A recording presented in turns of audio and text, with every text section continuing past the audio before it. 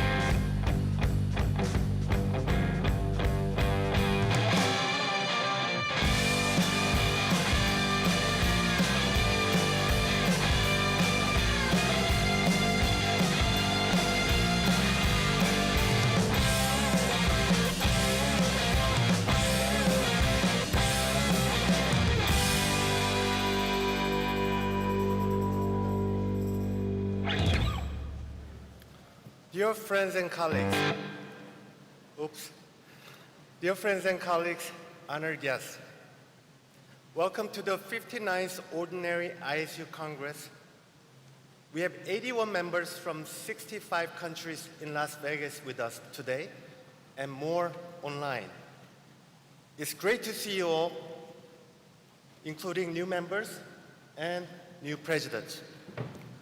Let me also express my sincere gratitude to the U.S. Figure Skating for hosting us in Las Vegas, a city where sport industry has been thriving in recent years. Thank you, President Oxier, and everyone at USFS for your gracious hospitality. And a special acknowledgement to our esteemed ISU Honorary President, Mr. Jan Dijkema, and honorary members. Thank you for your continued support and contribution as they mean so much to our sport and our community. Now, I'd like to introduce our dedicated team on the podium. To save time, please hold your applause until the last name. First Vice President, Speed Skating, Mr. Tron Espelli. Let's hold on the applause until the last name. So second Vice President, Figure Skating, Mr. Benoit Laboy. Speed Skating Council members, starting with Ms. Suana Sipa Archa, Mr. Sergio Anasi, Mr. Stoicho Stoicher, Mr. Albert Hajelov, Mr. Alexander Kibalko. So we get a loud applause when we introduce ourselves, everybody. So figure skating side council members, Ms. Patricia St. Peter, Tachiro Matsumura, Ms. Susanna Rakamoa, Mr. Georgie Alec. Unfortunately, Ms. Maria Teresa Samaranch is joining us online. Vice Chair of the Athletics Commission, Mr. David Debris. ISU Legal Advisor, Michael Geislinger. Chief of Finance and Operations, Mr. Jeremy Conrad Pickles, who joins us last February. Last but not least, the new ISU Director General, Mr. Colin Smith. Now we can give a warm round of applause.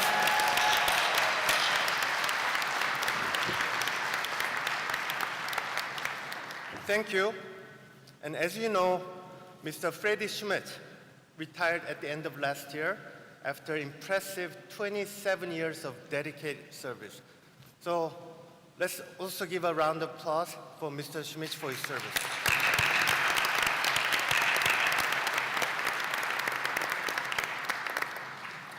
Council went through a rigorous recruiting process, screening over 300 applications over 7 months to find the new Director General. Finally, last July, we are excited to recruit Mr. Smith, who brings us extensive experience and expertise from global sports. Before we move on, I'd like to invite Mr. Smith to say a few words. Thank you, President. Dear members, it's an honor to be with you here today, this morning. By way of some background, I'm originally from Northern Ireland. I'm married with 2 amazing twin daughters, and I've been very fortunate to have worked in the sports industry now for close to 30 years, living and working in Africa, Middle East, Europe, and North America.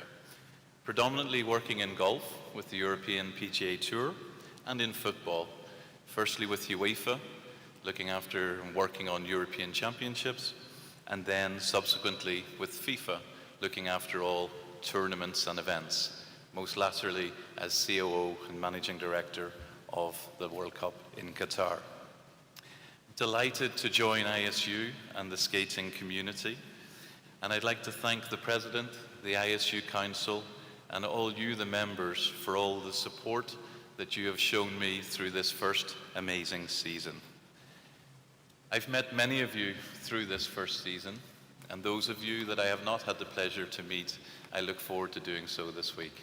Thank you.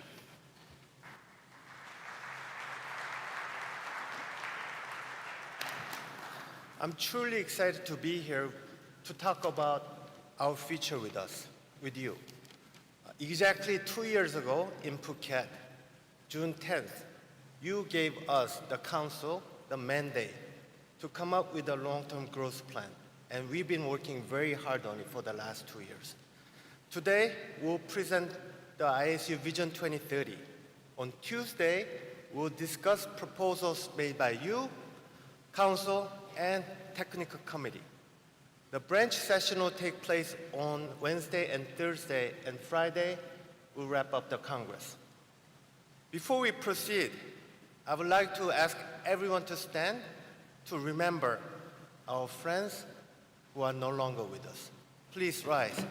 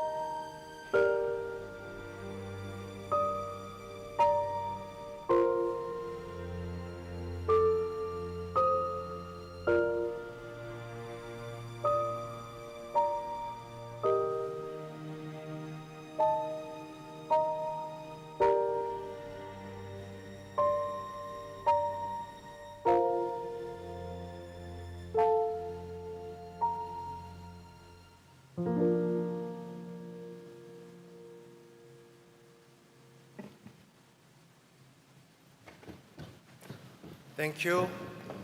We shall remember what our friends have done for our sports, and we shall carry on the torch to advance our sports forward. and that's why you're here this week today. Let's get to work with open minds and long-term perspectives to shape our future together. With that, I declare the 59th Ordinary ISU Congress officially open. We start with agenda item A2, verification that Congress has been duly convened according to the Constitution. On July 27, 2023, we sent you ISU Circular Letter number 626, inviting to the 59th Ordinary ISU Congress, Las Vegas, USA. Through this letter, the Congress was convened in accordance with Article 9, Paragraph 1A of our Constitution. Unless there are any comments or objections, this confirms that the Congress has been duly convened. Are there any comments? I see no comments, so we confirm that the Congress has been duly convened. Agenda item A3, election of a secretary to record the minutes of Congress meetings. I propose Mrs. Becky Kynes to be elected as a secretary. Do we agree? Thank you. Proposal accepted. Agenda item A4. Now I give the floor to Mr. Smith. A4, Part 1, verification of the qualifications of representatives and of their right to vote through circulation of a list of representatives among Congress delegates. Objections to ISU members and/or ISU member representatives, attendance, and subsequent confirmation by the Congress. We have distributed the list of registered member representatives this morning, and you have it on your tables. We have 214 registered delegates. Do you have any comments or objections on the attending members and representatives you see on the list?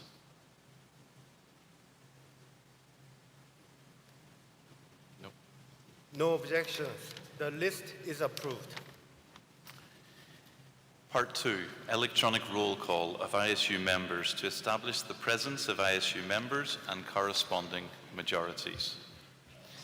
I would like to inform you that the Council decided last weekend to accept Portugal's speed skating branch and Ecuador figure skating as full ISU members with immediate effect. Portugal is here with us today. May I ask you to rise, Portugal? Please give Portugal a round of applause.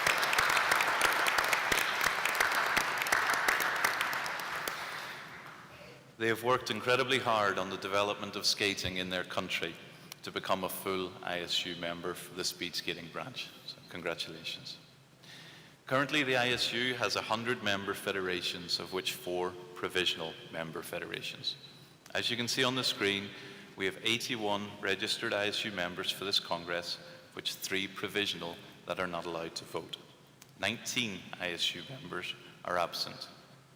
So we'll now proceed to an electronic roll call.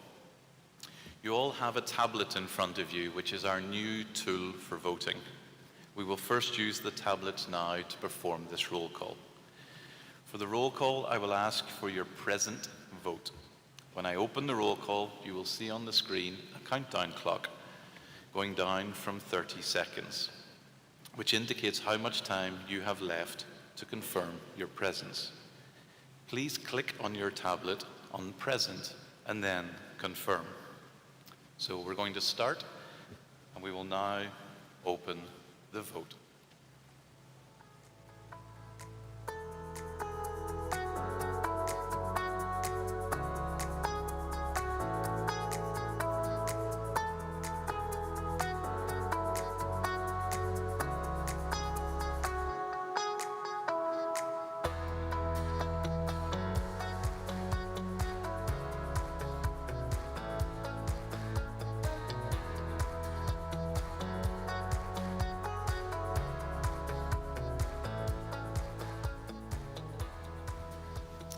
Okay, we'll now close it.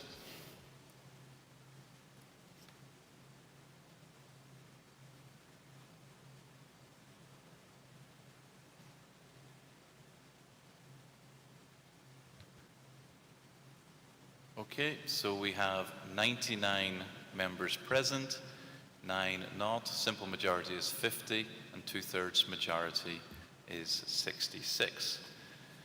Okay, now that you have successfully navigated our new voting tool, we'll proceed to a test vote. And these are the members attending the Congress. We'll now proceed to a test vote. Question, quite simple. Do you like hot weather? For yes, please click on yes and confirm. For no, click on no and confirm. For abstain, click on abstain and confirm. Once you've pressed on confirm, your vote is registered and you will see vote valid on your screen. If necessary, you do have the option to correct your vote before the countdown is over by clicking on change your vote in the red bar. You can then start again and cast your correct vote. So let's start now with this tricky question. Do you like hot weather? And we will open the vote.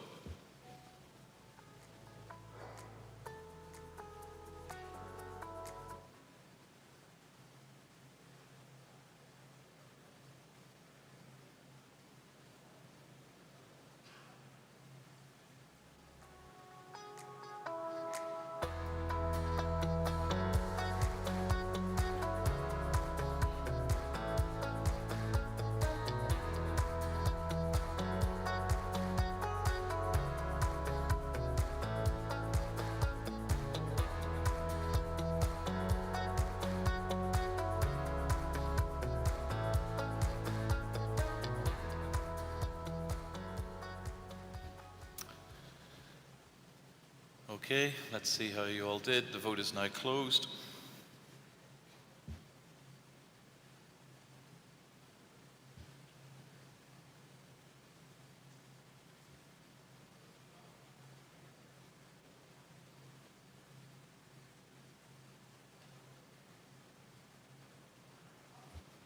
Okay, so we are split. 55 yes, 31 no, 14 couldn't decide, and abstained as a majority of 51. Thank you, Mr. Smith. Okay, and these are the countries that voted yes.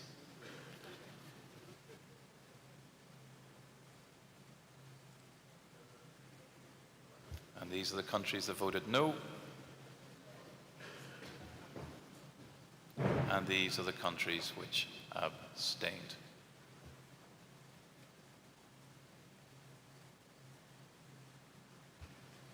Okay, we'll now move on to the debating rules. We have many topics to cover this week and more than 300 proposals. We count on everyone's cooperation to have to-the-point and respectful debates. In view of the Constitution and in the interests of efficiency, I'd like to highlight a few debating rules. 1, please mention your name and which ISU member or ISU body you represent before making an intervention or statement. 2, statements shall be kept short, not exceeding 3 minutes, and please, it's important to stick to the topic. 3, only one representative per ISU member can speak on a specific proposal, and up to a maximum of 2 times on that same proposal. The ISU member which has submitted a proposal can speak first. And lastly, if you have submitted a proposal and the Council recommends accepting that proposal, the proposing member will have the right and opportunity to speak first if they wish. However, we could also proceed directly to voting in these cases. You will be asked if you wish to speak or go directly to the vote. President. Thank you. Now we close this agenda item and move on to agenda item A5, election of 2 scrutineers of the minutes of Congress meetings. I propose Council members Mrs. Suhana Silpa Archa and Mrs. Susanna Rakamore to be elected as scrutineers. Do we agree?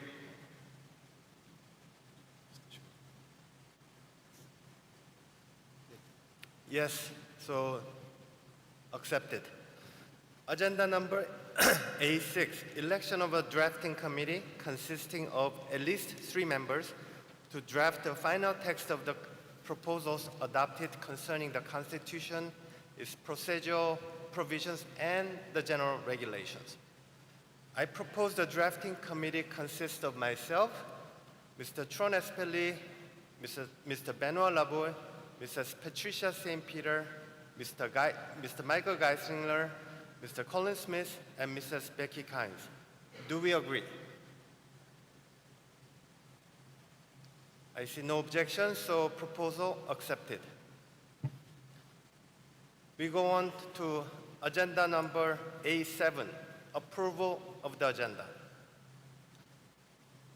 This agenda item consists of 2 sub-items. 1, approval of the Congress agenda, and 2, approval of the urgent matter proposals. Let me start with the first one. First one being approval of the Congress agenda. On April 30, 2024, you all received ISU communication number 2629 with the agenda of the Congress. Are there any comments or objections?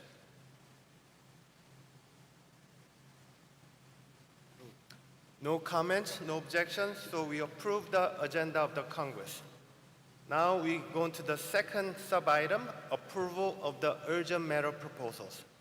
On May 21, 2024, you all received ISU communication number 2637 with the urgent matter proposals.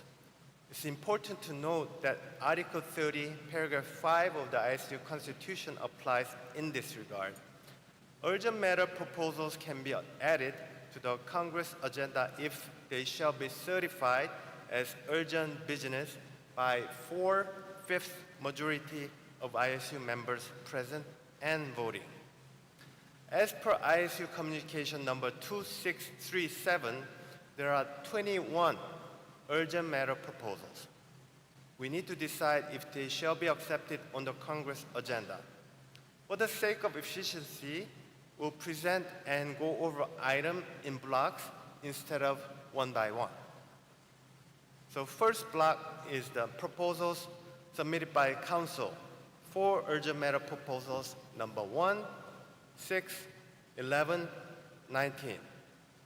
Do you accept to include them in the Congress agenda?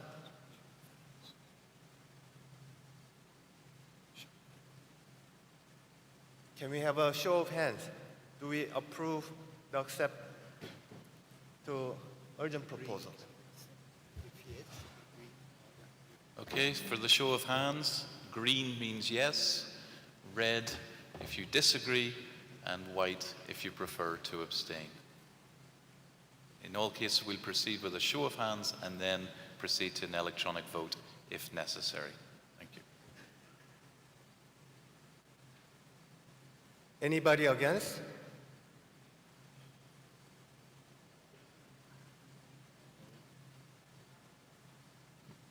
Any abstention? So we unanimously approve the urgent matter proposals submitted by Council.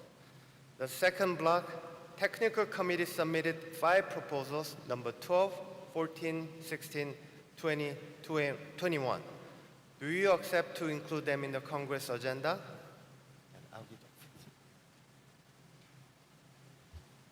Okay, show of hands, please.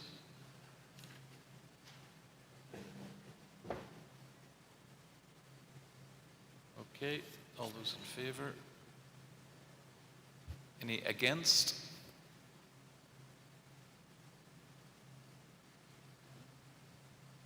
Abstentions? No. Thank you. Approved. We unanimously approve the urgent matter proposals submitted by a technical committee. Now we move on to the urgent matter proposals received from the members. Block 3. Austria Speed Skating submitted 10 urgent matter proposals, number 2, 3, 4, 5, 7, 8, 9, 10, 13, 15. Do you accept to include them in the Congress agenda?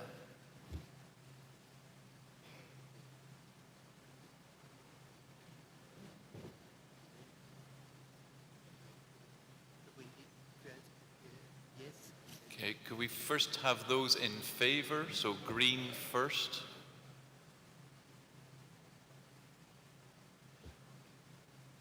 Okay.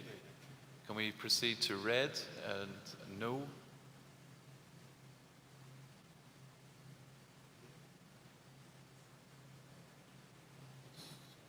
Okay. Suggest we proceed to the electronic vote. So the electronic vote to include Austria Speed's 10 submitted urgent matters onto the Congress agenda requires a 4/5 majority. So we will now open the vote.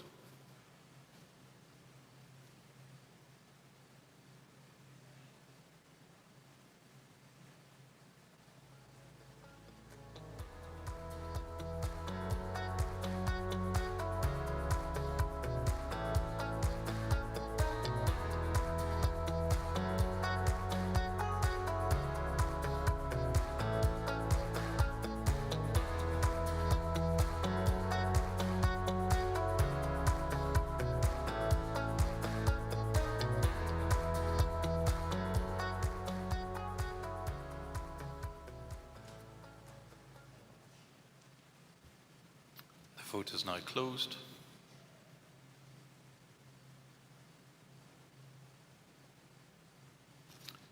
There were 54 yes, 24 no, 23 abstentions. The motion required a majority of 81 to be included in the agenda. Therefore, this has been rejected. So, Here we have those in favor, those against, and those abstentions. President. Block 3 of the urgent matter proposals not accepted. We go to Block 4. Great Britain submitted one urgent matter proposal, number 18. Do you accept to include it in the Congress agenda? Okay, all those in favor, please raise your green cards. Okay, all those against, please raise your red card. All those abstentions, please raise your white card. Okay. Okay. Approved. So Great Britain's one urgent matter proposal number 18 will be included in the Congress agenda. Last block. Last proposal, Israel figure skating submitted one urgent matter proposal, number 17. Do you accept to include it in the Congress agenda? All those in favor, please raise your green card. Thank you. All those not in favor, please raise your red card. Okay, all those abstaining, please raise your white cards. Okay, so that has passed, and Israel figure urgent matter proposal number 17 will be included in the Congress agenda. Thank you. Thank you. So this concludes agenda item A7 regarding the urgent matter proposals, and we move on to agenda item A8, approval of the minutes of the 58th ISU Congress in Phuket. Are there any comments on the minutes?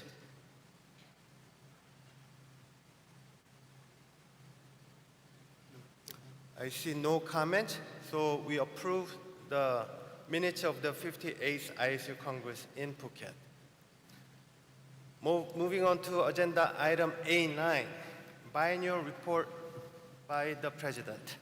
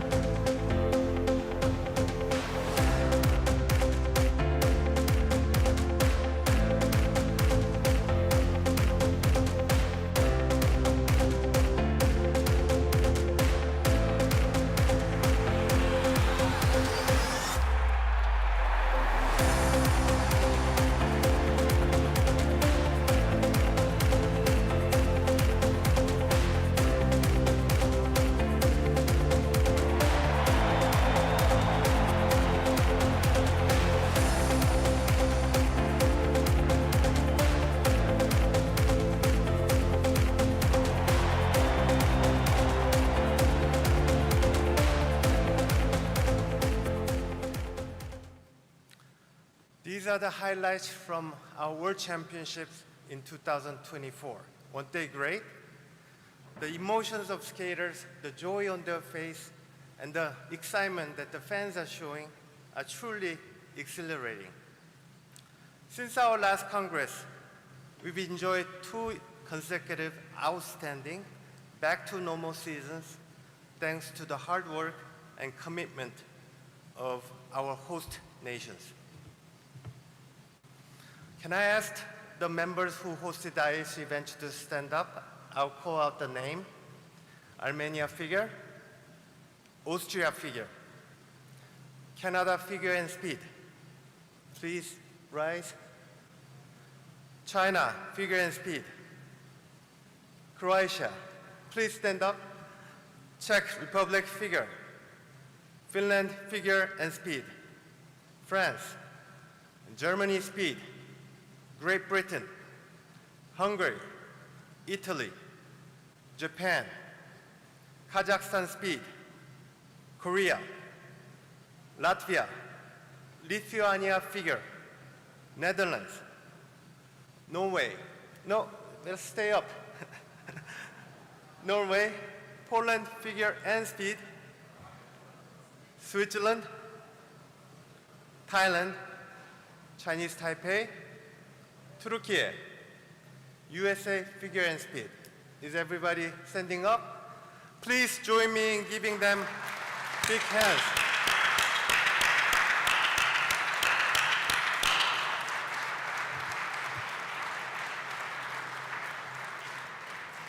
Thank you. In Phuket, I promised a few things. Well, today, I'm excited to share with you the progress that we've made in the past 2 years, especially on developing a long-term plan.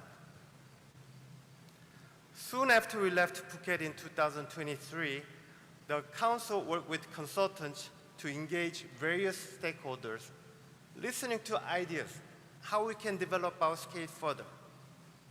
We conducted over 100 one-to-one interviews, and we also had many formal and informal brainstorming sessions, including at the member conferences at Speed and Figure Skating Championship in 2023.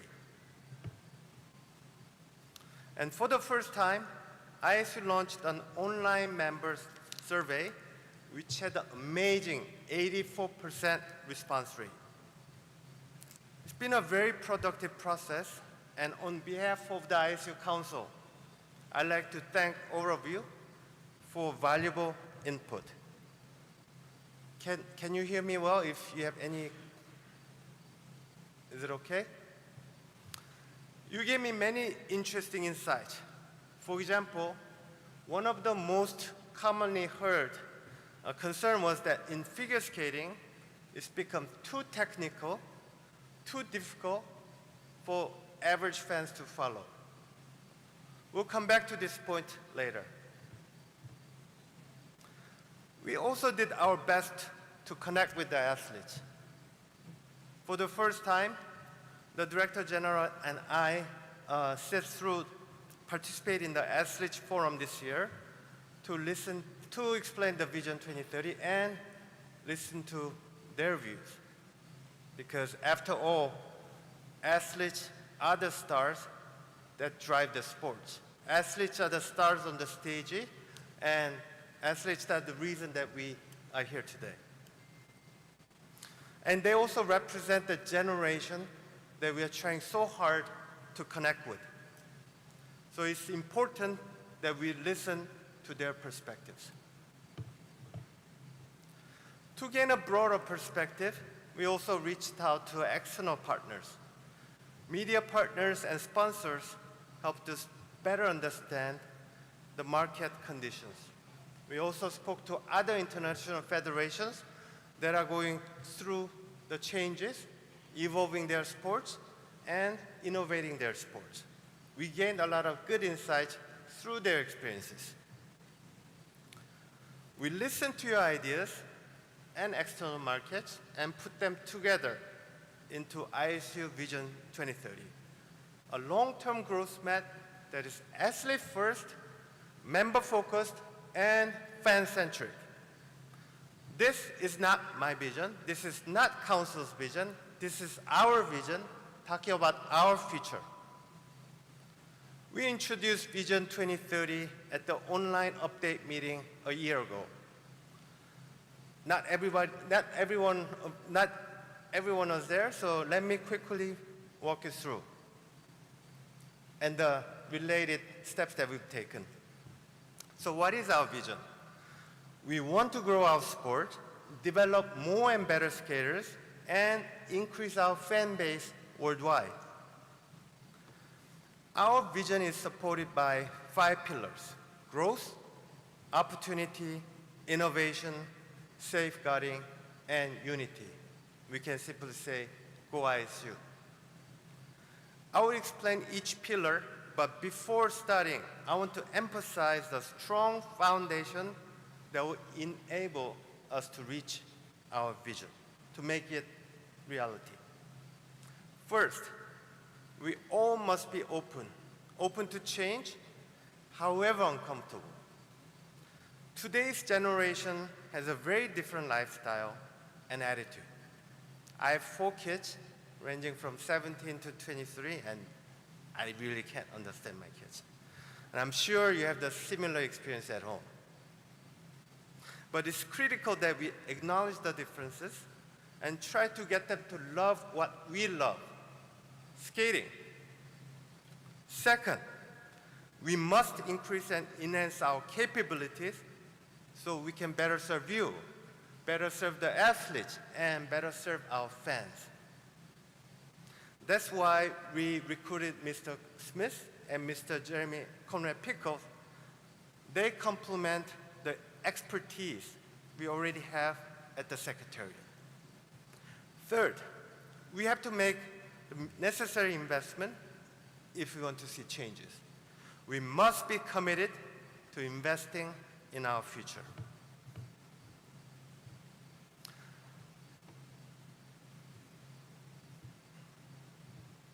So, Thursday. Let me go through each pillar. The first one is growth. We all know the fans are our sports lifeline. We must attract new, younger generation fans while serving the existing ones better. There are 3 initiatives to do this. First, excite and attract global fans through better fan engagement. We're talking about upgrading TV production, improving our event presentation. Second, simplify rules whenever and wherever possible. Many of you said rules and decisions are not so clear, especially for figure skating. This is a barrier to new fans. Third, increase our revenue so we can invest in our sports. We did not waste any time. We already tested and implemented some changes that didn't require large budget or rule changes. With Mr. Smith on board, we've been able to achieve quite a bit this season. Let me give you some examples. Some of you who regularly host IS events tell us that it's becoming harder and harder to entice fans to come and watch our events live. Buy tickets. In the past, organizing competition was good enough. Fans just came and watched. Nowadays, you have to do extra work to bring fans to the competition venue. You have to entertain the fans even when skating is not on. One feedback we got from fans is that fans find ice break too many, too long, and too boring. This is what happens during the typical ice break.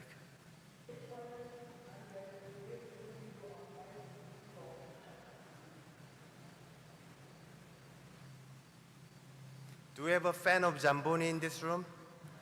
Unless you're a fan of Zamboni, not so exciting, right? Our skaters put so much hours, so many hours, so much effort, they sacrifice so much to be competing at the top level. They deserve to skate in full venue, in front of tens of thousands of roaring spectators. Organizers, you also need to sell more tickets so you can generate ticket revenue.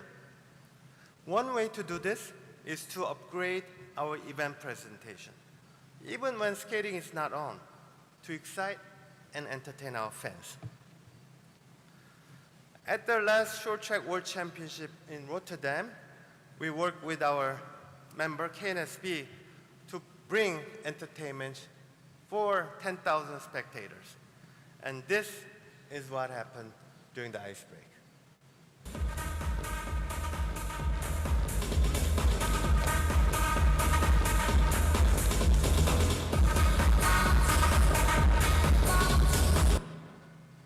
With DJ and lights, it felt like a party. Some of you are there to witness it.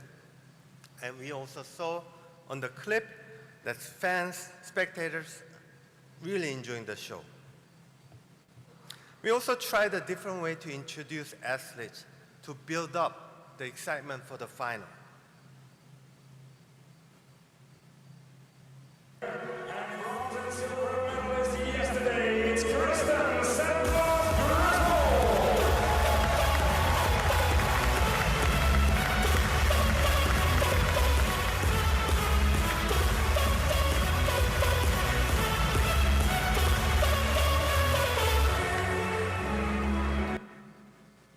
By now, some of you may be worrying, how do we run skating events in the dark, in the loud music? Don't worry. When all skaters entered the ice, everything went back to normal. We turned on the light, we turned down the music, so you can focus. Athletes should focus, and fans can also focus on the race.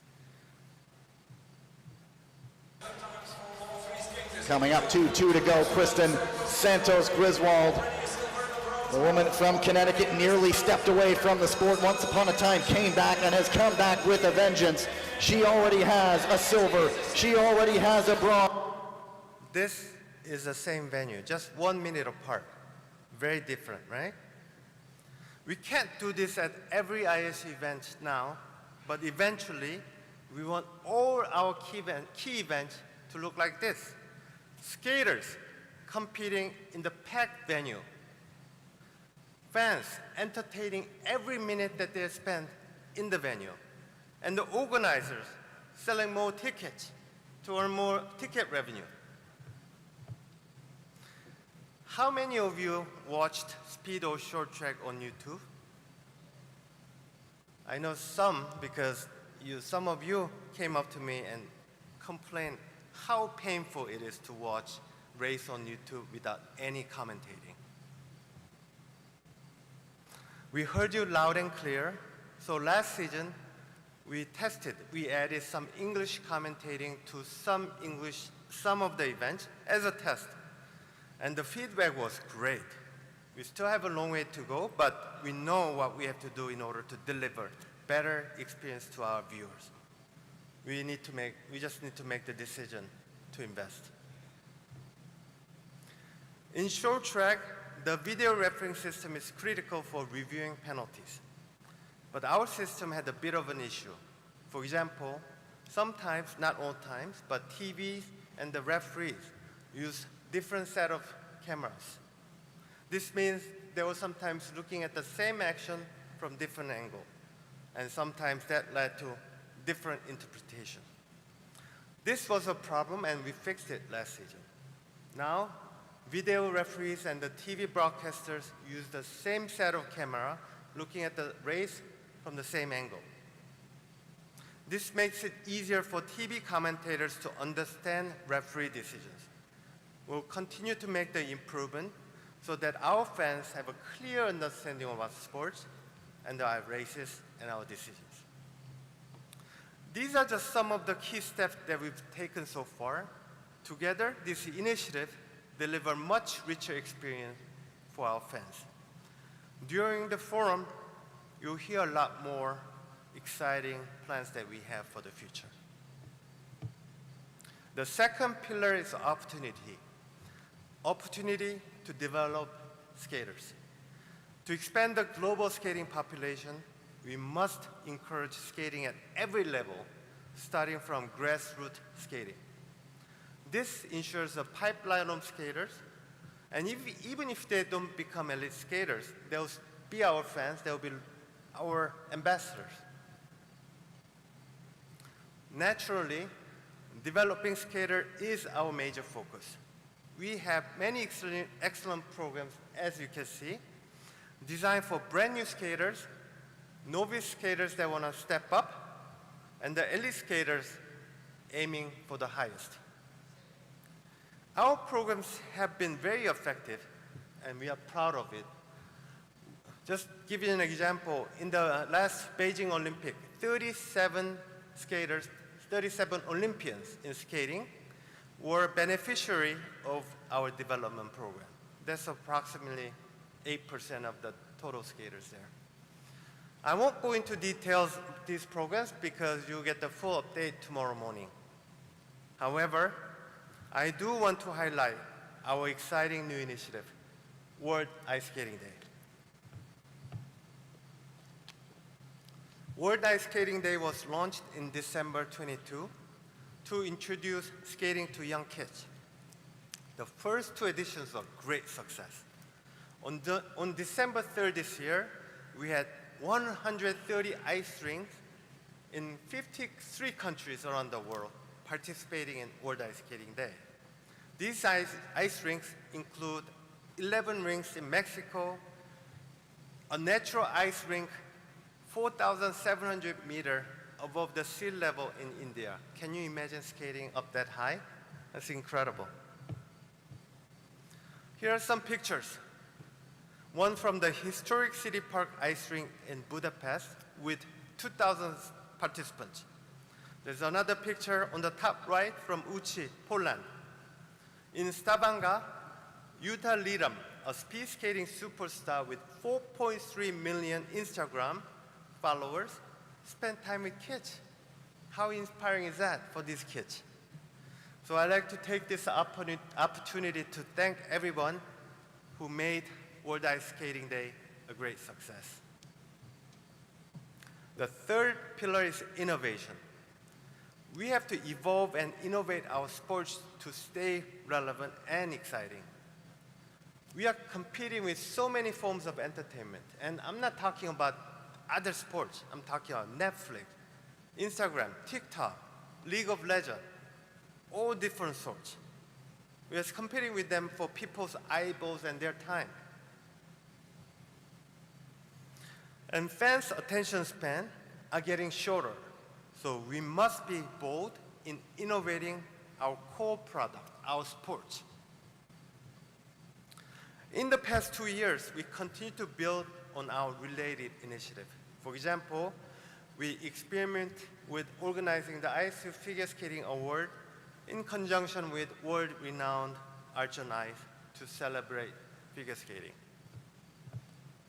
We launched the Crystal Glove to build excitement throughout the Short Track World Cup Series.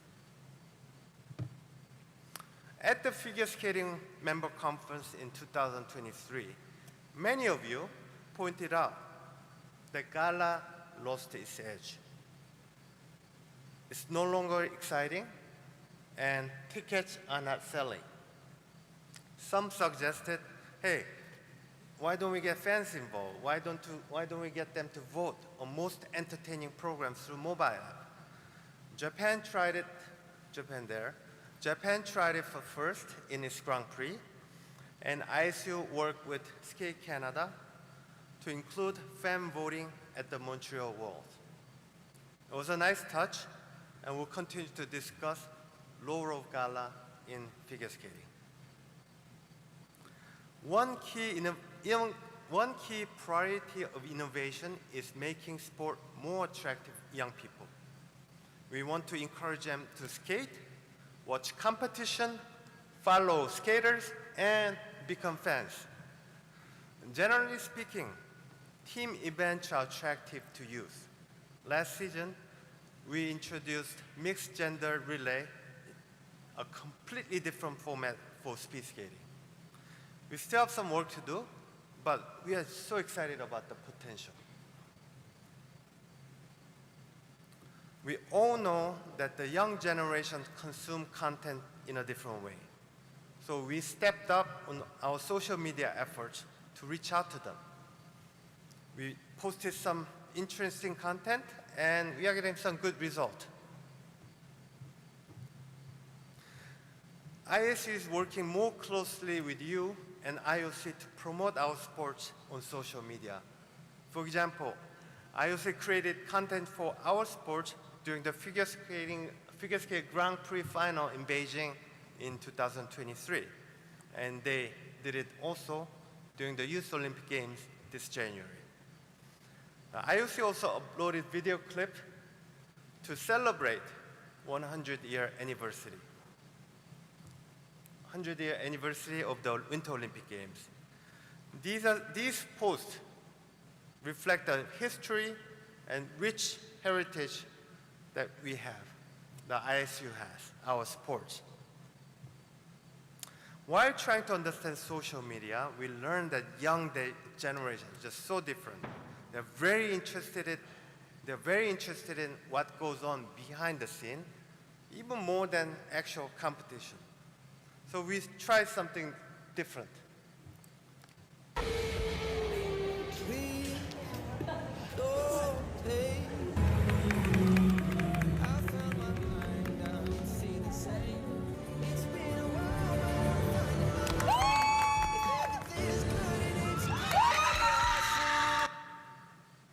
They're interested in knowing what skaters eat, how you train, or what you wear. I'm pointing out at our athlete commission. Can I ask you a quick question? What's the color of your blade guards? Black and gold. Skate guards are blue, like the same as my dress. Awesome. They are pink with blue dots. And pink and purple. Oh, that's cool. Green. Okay, thanks. Do you know what makes this content so special?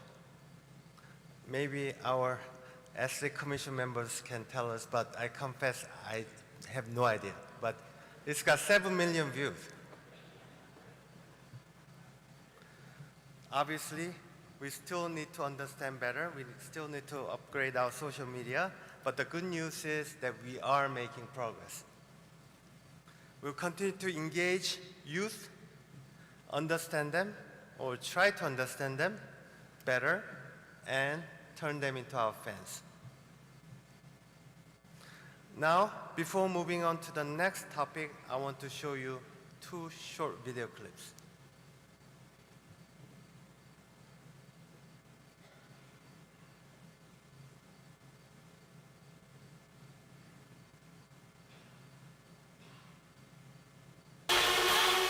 One spin left for layback.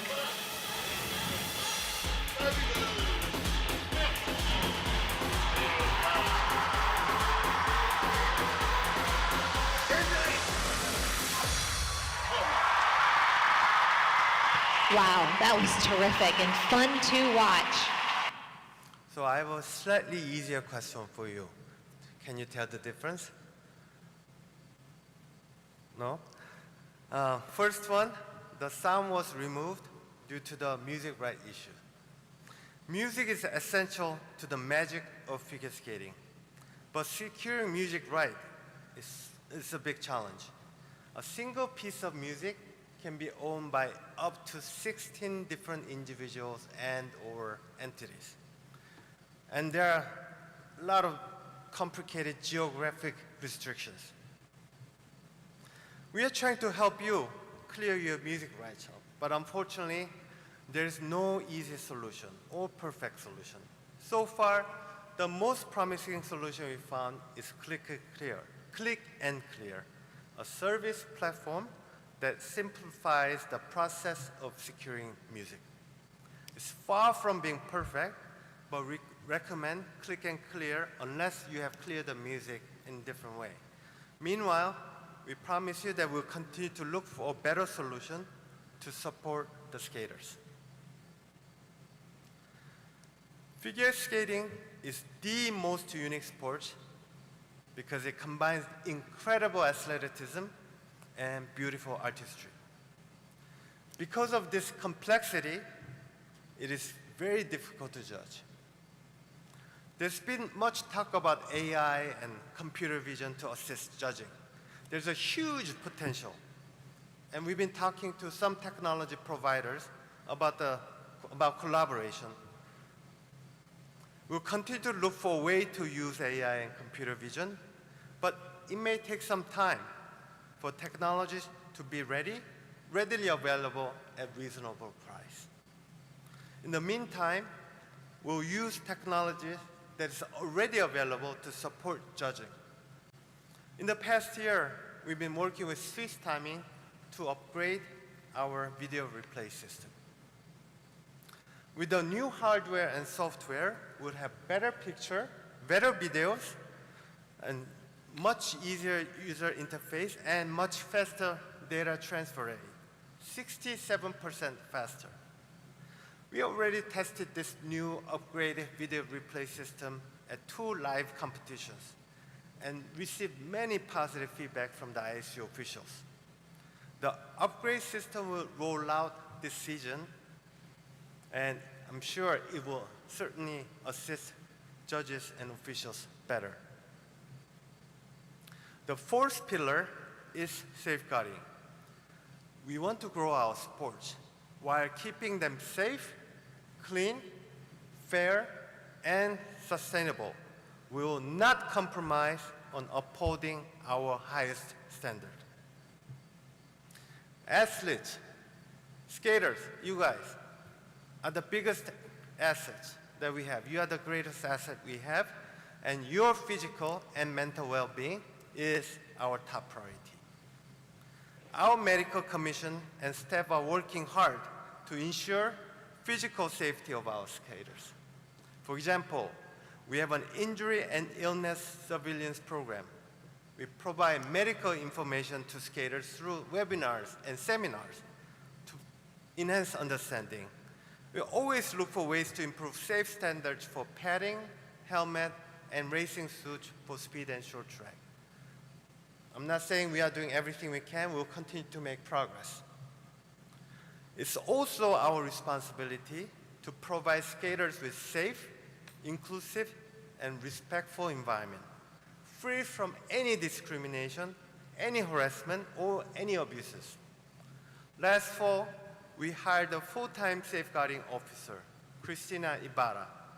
She's responsible for the ISU safeguarding policy. We also collaborate with other organizations. For example, we are working with UNICEF to create online education module on safeguarding topics. We will have guest speakers talk about this very important topic this afternoon. As you know, we have a zero-tolerance policy towards doping. We enforce the ISU anti-doping program and intensify education and campaigning, pure as ice. Our doping director, Christine Card, is here this week. Both Christine Cardis and Christina Ibarra are here and available. So please don't hesitate to reach out to them. We got the email address there. You can set up the time. If you have any questions or any requests, they are at your disposal. We are all impacted by climate change. So following your directive, we designed the sustainability strategy.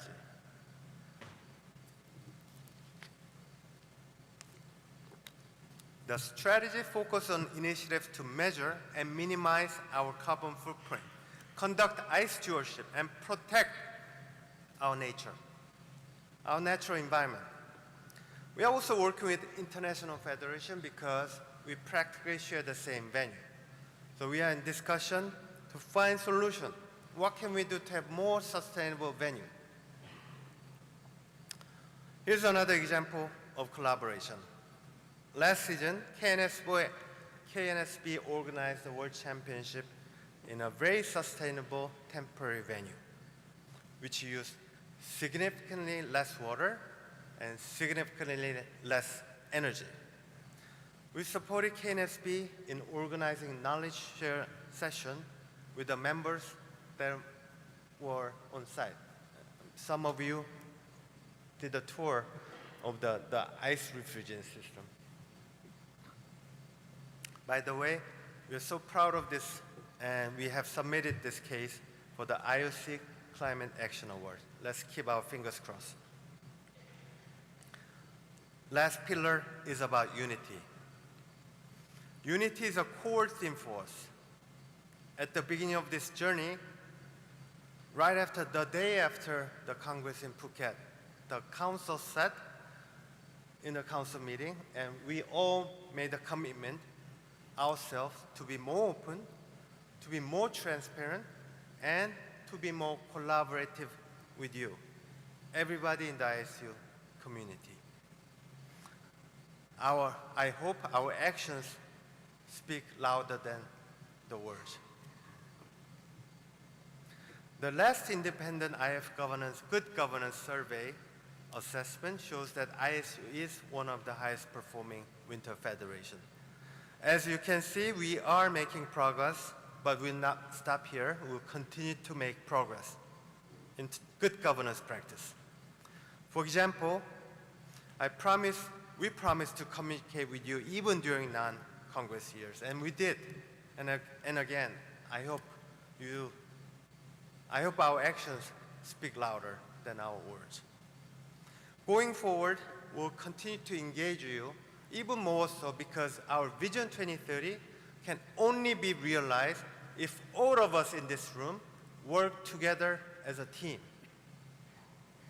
By the way, let's not forget that communication is always two ways. We launched another survey 4 months ago. As of a week ago, the response rate was at 57%. That is even after several reminder emails. We already know that we've reached 84%. And this is important because we want to hear from you. This is a good way for you to speak and engage in dialogue. So if you have not, please, I urge you to fill up the survey. And believe me, we are listening to you.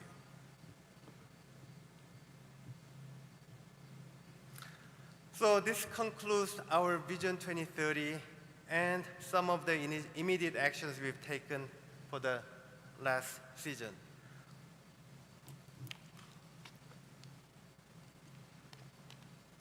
We've done a lot together. You, officials, office holders, secretariat, but most importantly, skaters. We endured difficult times during the COVID period, but that didn't discourage us. We came out strong and had phenomenal 2 consecutive back to normal season. It shows how resilient we are, how strong we are. So I think we deserve little credit, all of us.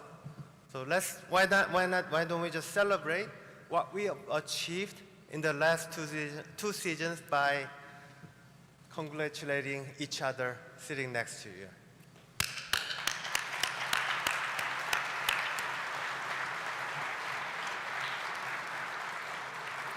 Well done. We should be proud of what we've done. But what I presented just now is just the beginning of what we can accomplish together as a team.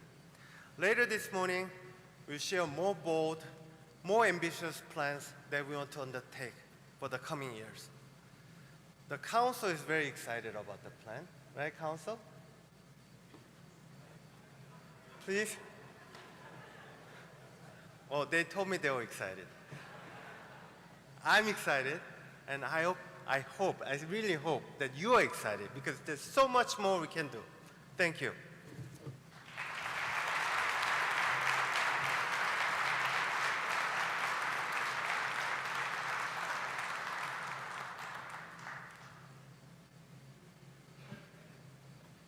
Thank you. We move. Yes. Would you go to microphone, please?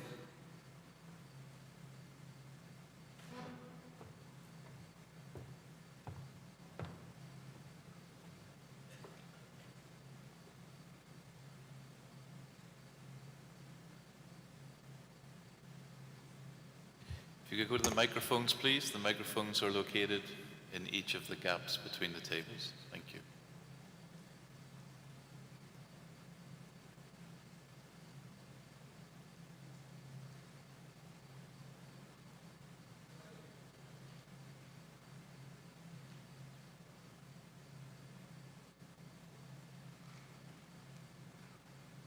So, Mr. President, just for my understanding, was this your complete biennial report, or was this introduction of the Agenda 2030, what we heard?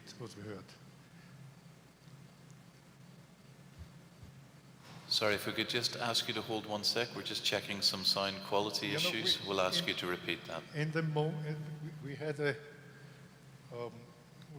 a decision that we approved the agenda. We did it, and now this was point 9, the biennial report. Is this okay? And there are not any problems that you can report in the last 2 years? Sorry, as I said, if you could just hold off 1 minute. We're just fixing a sound issue, and then we'll be able to hear you. Just ask for 1 minute of patience. Yeah.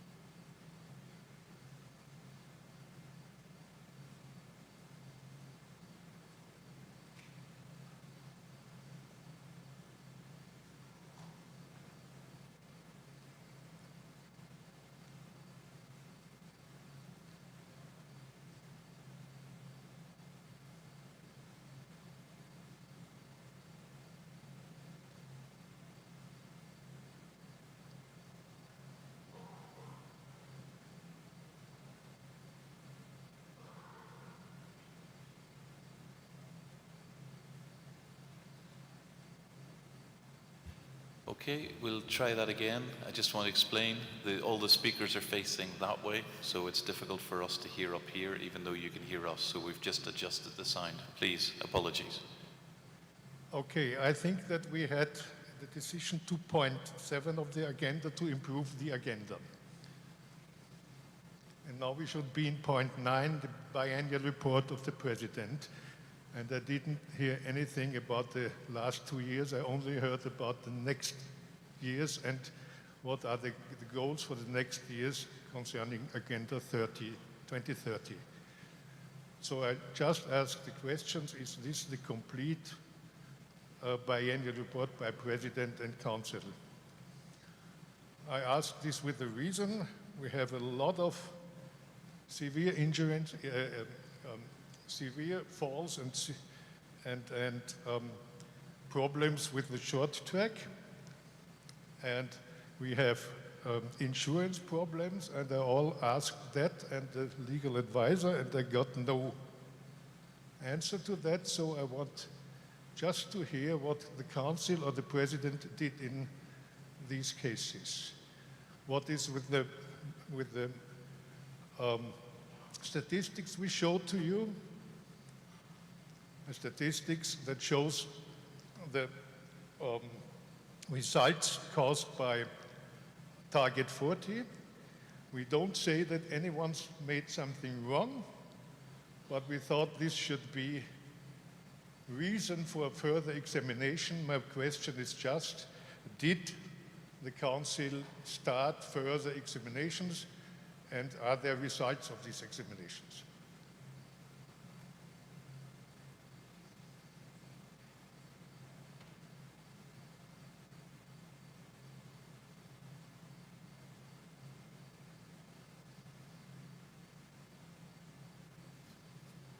Mr. President, what is the question you are raising? The president of the ISU made a report on 2 years Yeah. and indicated whatever was relevant and necessary to indicate based on the Vision 2030. Can you please put a concrete question? Okay, first question. Austria's speech sent to the President, to the ISU Council, several statistic materials that show the outcome of Target 40 in short track speed skating. And we didn't say this must be wrong, but we said, well, it's reason for further examinations. We have 2 countries that are the winners of that. I don't name them here, but is there anything that the Council did in that case? And the President is the chair of the Council, and I have no idea where I can ask that when not now at the report of the President. What happened to these concerns? And the second thing, we had some severe falls. I gave 2 videos to the President. He said, well, we will check that. What did you do in terms of safety of the skaters? And what did you do with the problem of the liability of ISU in case we have not good rules and the skaters get injured by that? Just want to see what happened. Now, the problem with these statistics and the questions you raised, dear President, and it's also a problem linked to the proposals you raised, or the Austrian Speed Skating Federation raised. They are linked to a disciplinary proceedings against you, which has been submitted to the disciplinary commission by you yourself and by your Secretary General. You have been decided upon. None of the proposals you made and none of the accusations you made supported by these statistics has been found as being justified by the disciplinary commission. The Council and the President and Director General strictly follow the division of powers within the International Skating Union. And this is that on the one hand, there's the right and competence, the jurisdiction of the Council, and on the other hand, there's the impartial and independent jurisdiction of the Disciplinary Commission. So you had the chance to appeal to CAS against the decision. You did not do so. You are now trying to use the jurisdiction of the Congress, but according to the Constitution, the Congress has no jurisdiction on matters which are subject to the competence and jurisdiction of the Court of Arbitration for Sport. And therefore, a further discussion here within the Council of this issue cannot take place, unfortunately. Okay, but Mr. Geislinger, we don't discuss the Nathalie Lambert case anymore. It's clear, it's finished. Austria didn't appeal. This is one point. But the second point is, do we have good rules? What happened to that all? Why did referees follow rules they are not in the rule book? Why did the outcome of the statistics show 2 significant winners? This all leads into competition manipulation, and the Council is now, it's the duty of the Council just to check if there's anything in it or not, if that's true or not. We just gave it to the Council, and you know, you talk about the separation of the powers. The disciplinary separation of the power, this is a disciplinary, that's okay. But council is responsible for the rules, for how this comes out in the races, and this is not a disciplinary question. This is a question of the safety of our sportsmen. And I think everything is in the Agenda 30. It sounds great, but why don't you act like that till now? And don't say me because of the disciplinary decision, because the disciplinary decision only says Nathalie Lambert is not guilty. It doesn't say target 40 is okay. Or do you think it says this, Mr. Geislinger? Okay, thank you, member. That's the second intervention on this point. We are not going to go through the details again, But which have already been dealt with by the disciplinary committee. We would invite you, if you have further comments, that you can raise those during the branch meeting. Thank you. Thank you. We move on to agenda number 810, report by the Chief of Finance and Operations. Before I give the floor, I'd like to mention that Mr. Uli Linder decided to retire from his position as ISU Treasurer. The Council expresses our most sincere gratitude for his service to the ISU for 3 decades. If I could ask you, please give a big round of applause for Mr. Linders for long time service.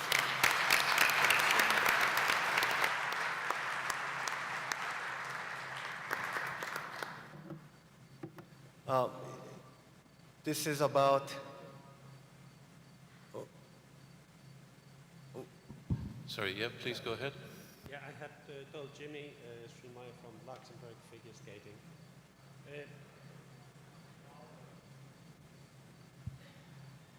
Yeah, could you repeat who you are and what you're representing? We'll raise the microphones for the afternoon session. Okay, thank you. I had Jimmy Schulmeier from Luxembourg Figure Skating. During the Congress in Sevilla, we were informed about the court case against the Commission. Closer to the microphone. I take it off. I mean, I think it's better. It's also more comfortable. During the Congress in Sevilla, we were informed about the court case that ISU had engaged against the Commission. But we haven't had any update on this since. And I know that the court case was appealed, and the Grand Chamber gave its judgments in December last year. So I thought it would have been appropriate maybe to give the Congress an update of what was the outcome and what would be the consequences for us. Thank you. Thank you, Mr. President. Tomorrow we'll have updates on the legal matters, so we'll discuss all the updates. So I give the floor to Mr. Conrad Pickles for the report on finance. Good morning. Mr. President, Vice Presidents, Council members, honorary members, delegates, ladies and gentlemen, I'm honoured to be standing before you today to present the financial report to Congress. First, a couple of words to introduce myself. I joined the ISU at the beginning of February, having previously been the CFO in 2 summer international federations, aquatics and cycling. Prior to that, I had also worked at the sports marketing agencies IMG and Sport5. I am delighted to have joined the Director General's team and look forward to bringing value to the ISU from my previous roles in sports and sports federations. I want to begin this report by thanking Freddie Schmidt, the previous Director General, who retired at the end of 2023, Uli Linder, the long-standing Treasurer, who stepped down at the end of May, and the accounting team in Lausanne, who can take all of the credit for producing the 2022 and 2023 financial statements. We're here to look forward, so I'm not going to dwell for too long on the previous 2 years. The 2022 audited financial statements have been available to members since the 8th of June 2023 and contain the usual level of detail concerning the results and variances to the budget or to the prior year.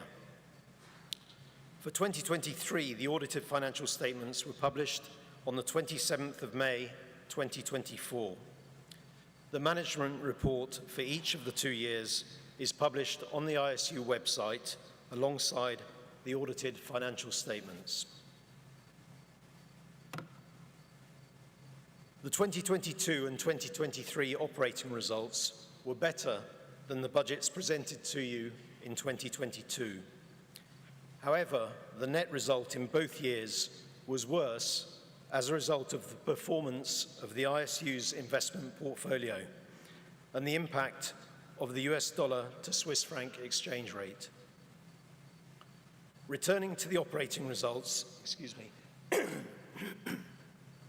Returning to the operating results, much of the improvement, especially in 2022, was the result of very prudent budgeting around the impact of COVID-19 and the war in Ukraine.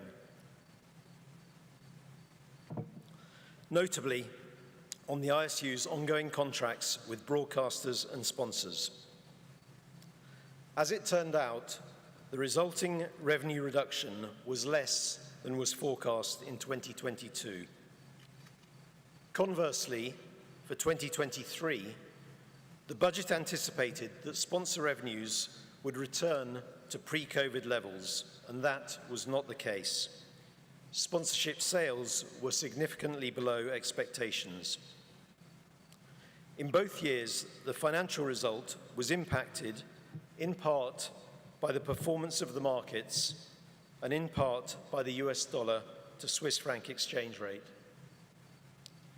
In 2022, a significant part of the loss came from the valuation of the bonds at the end of the year, following a year in which interest rates started to rise significantly and the value of bonds held by the ISU therefore fell.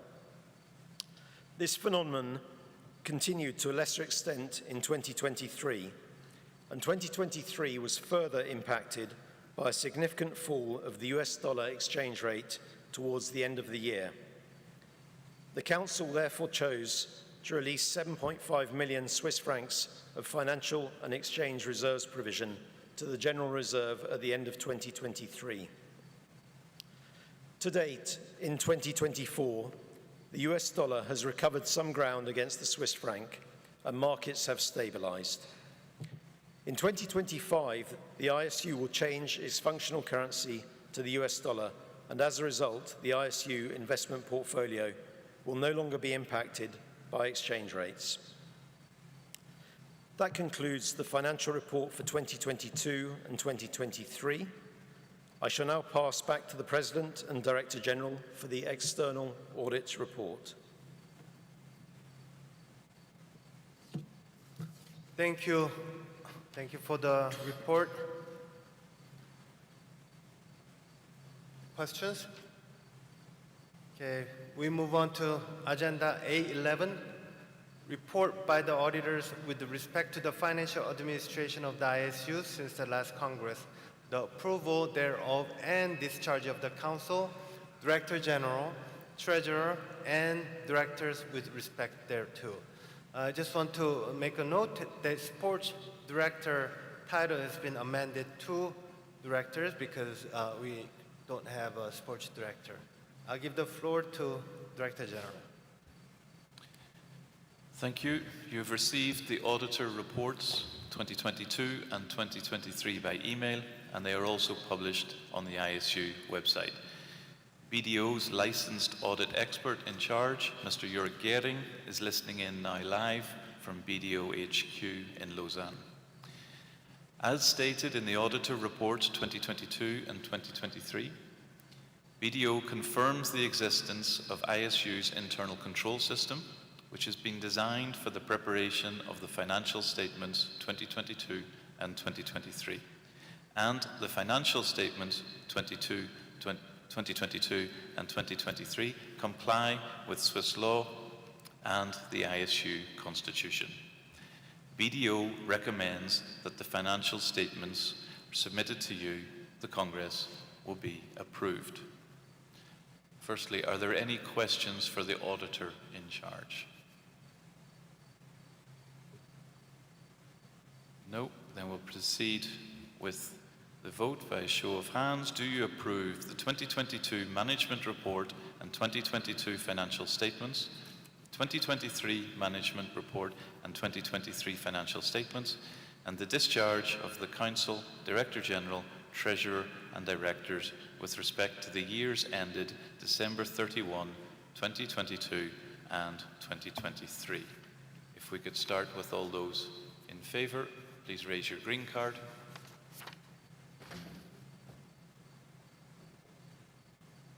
Okay, anyone against? Any abstentions? No? Thank you. It's approved, President. No objections, so unanimously approved. This concludes agenda item A11. Okay, we'll now take a break for a coffee break.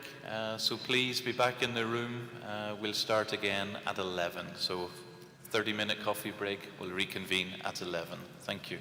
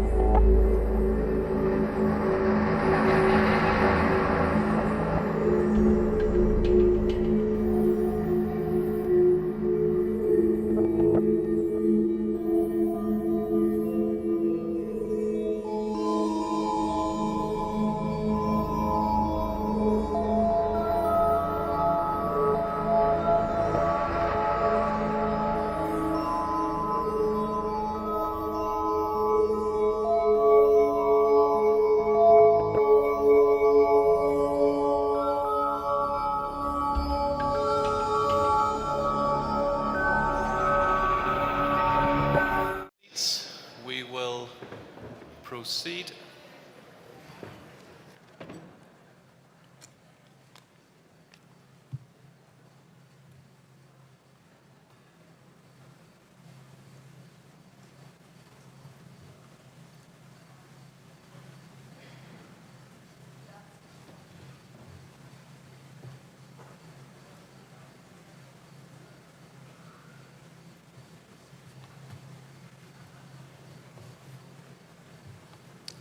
Okay, I hope you enjoyed the coffee break.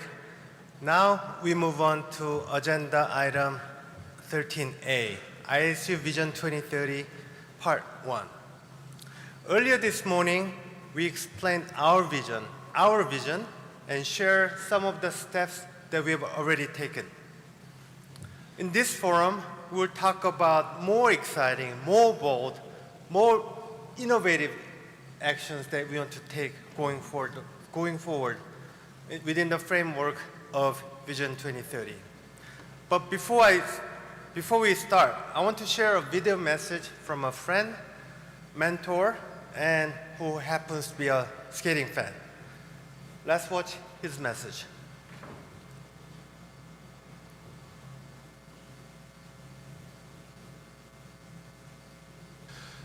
Dear President of the International Skating Union, my dear colleague and friend Kim Jae-yul, dear Olympic friends, your Congress is taking place during exciting times. It is an Olympic year, and what is more, this year also marks the 100th anniversary of the first Olympic Winter Games held in 1924. Skating sport has been an essential part of the Olympic Winter Games from this very beginning. At ISU, you can be very proud for having contributed to the success of each and every edition of the Olympic Winter Games over the past century. In an early sign that your sport was truly ahead of its time, figure skating made its Olympic debut already at the Olympic Games London 1908, which put skating into the very exclusive group of sports to have featured on the programs of both the summer and winter editions of the Olympic Games. As a pioneer in so many respects, ISU has always understood how to bring together tradition and innovation. By embracing change, you have developed your sports in innovative ways. And in this way, you are bringing the joy of skating sport to ever more people around the world. Your Congress today is a timely opportunity for ISU to set the course for the future of your sport. Guided by your ISU Vision 2030, you have a strategic framework in place to continue your journey of modernization. Whether it is putting the athletes at the center of ISU, innovating in the digital world, safeguarding athletes' mental and physical health, developing your sport to attract new audiences, and especially the young generation. In these and so many other ways, you are making ISU fit for the future.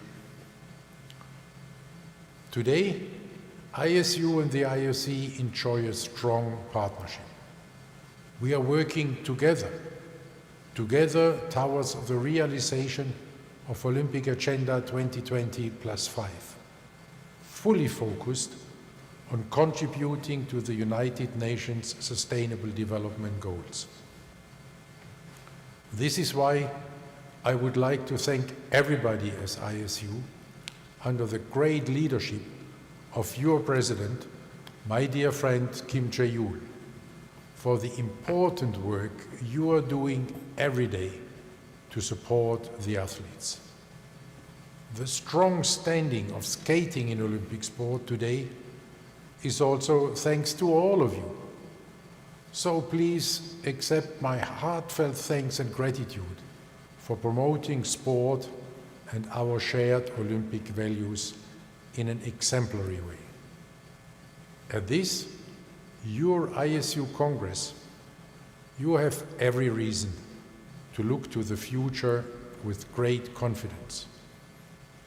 As you look to this bright future, to the Olympic Winter Games Milano Cortina 2026 and beyond, let me reiterate that you can always count on the IOC as a partner by your side to promote our shared Olympic values of peace and solidarity.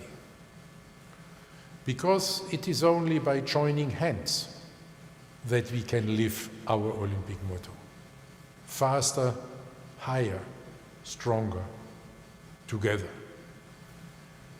In this Olympic spirit, I wish you fruitful discussions and a very successful Congress. And I'm looking forward to seeing you soon again. All the best. Thank you, President Bach, for your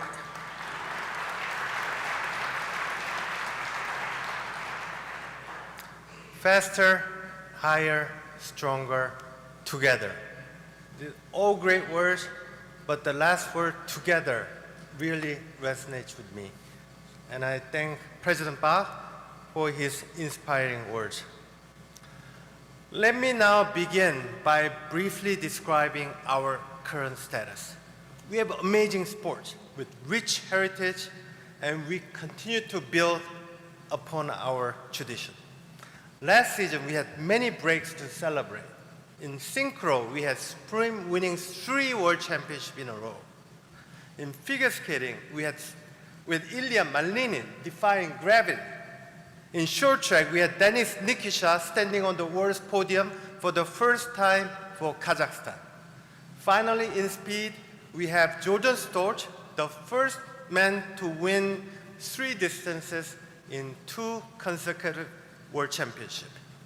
And we have many more to celebrate. We have many more outstanding performances, and we are so proud of it. Too many to mention here. So from a sporting perspective, we are on a great place to move forward. But we have some challenges, largely because the media landscape is changing. As you can see on the graph on the left, total sports viewership around the world is on a downward trend. Yet, the bigger professional sports, such as English Premier League football, are attracting larger audiences. This means other sports are being watched less and less. What's more, sport viewership behaviors are changing, shifting away from traditional free-to-air linear TV to digital platform. For example, in the US, more adults watch digital videos than free-to-air traditional TV, and the UK is following that direction. ISU is not immune to these changes. You tell us that it's becoming harder and harder to find our sporting competition on linear TV in many of your countries, many of our countries. And when skating is on, fewer fans are watching. These are the real TV data from 2 of our key media partners. As you can see, in the past 10 years, TV ratings have almost halved.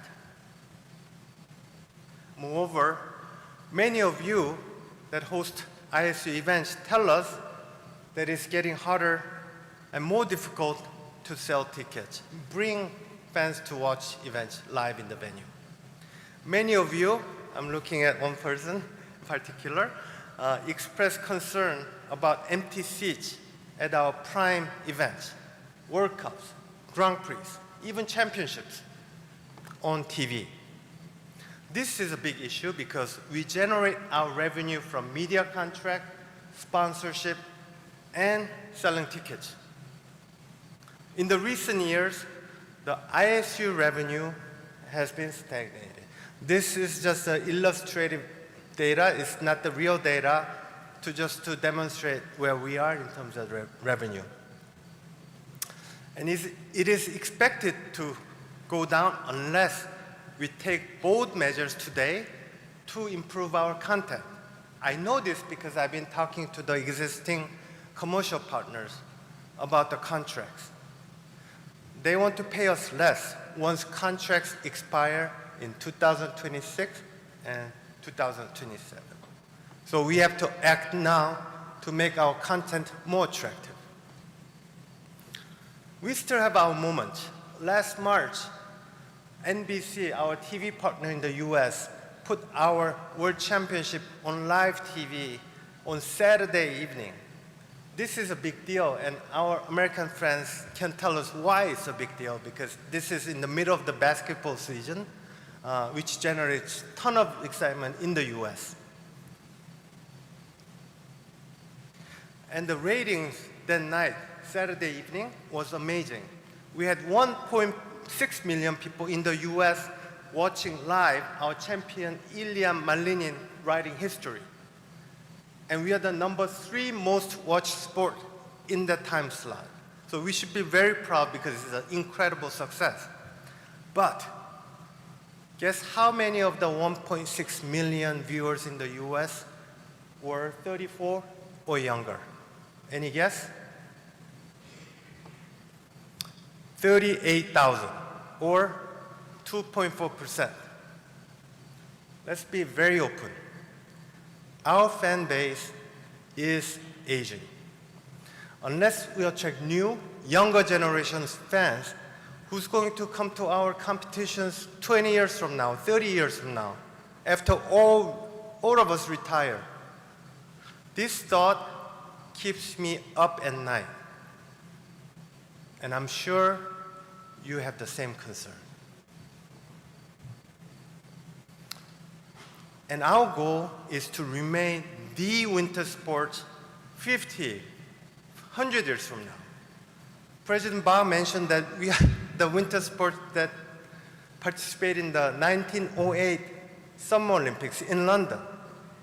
That tells us the rich history and heritage of our sport, and we want to remain in that position. And that's why it's critical that we implement Vision 2030 now, today. We must expand our fan base to include younger generation fans. We must get more people to watch our events. As our revenue has stagnated, ISU has been controlling costs to minimize our losses. But this cannot be a long-term solution because sport is our content. If we spend less on the content, if we invest less in our sport, how can we expect our content to become more attractive than it is today? We must start the virtuous cycle that I've been talking about since the election.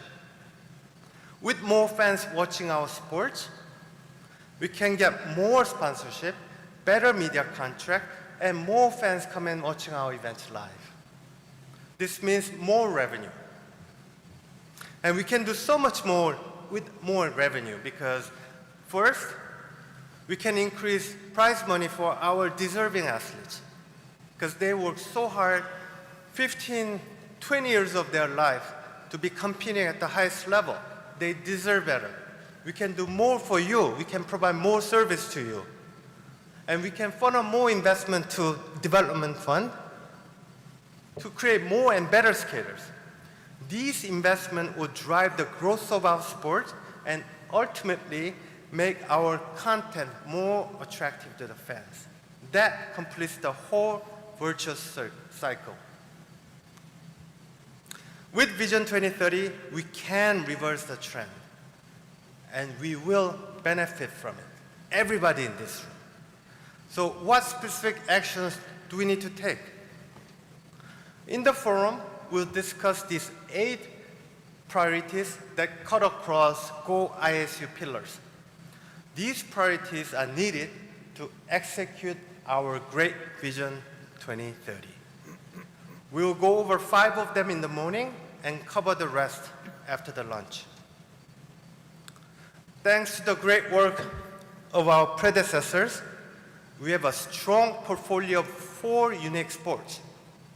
We are planning many initiatives that apply to all our sports, such as boosting digital engagement and safeguarding our athletes.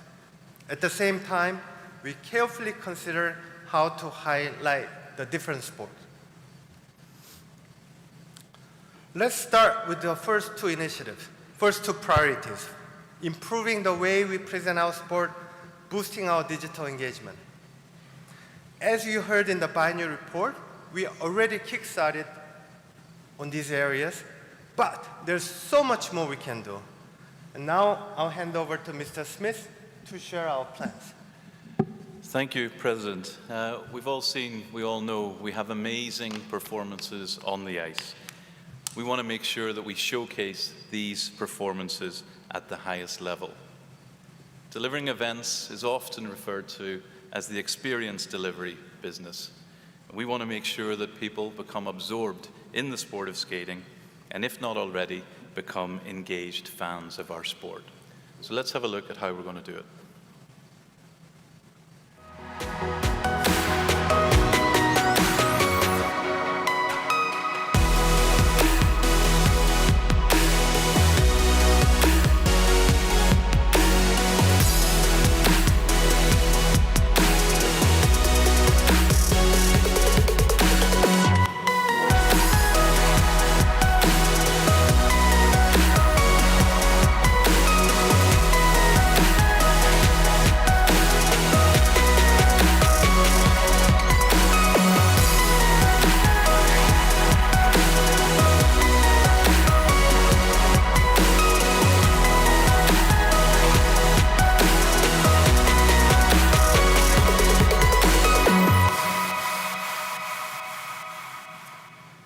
So we'll start this process already for next season, but we'll continue to evolve this and develop it over the coming years. There are some key areas we'll focus on. Athlete showcasing. Our skaters, our athletes, they are the stars of the show. We need to help them want to help us. So featuring hashtags, helping our athletes, delivering in their social media, and working with us to also develop and promote the sport. Stadium dressing. Fan zones, sponsor activation, food and drinks, merchandise, so comfort for our fans when they go to watch our events. We want to curate a show, so it's not only about watching what's on the ice, but creating an entertainment, a show while they are there, where the performances on the ice are front and center. Lights, music, graphics, infotainment, as you've seen earlier. So we want to revamp the presentation of how we deliver our events. But of course, the way we do this, one size does not fit all.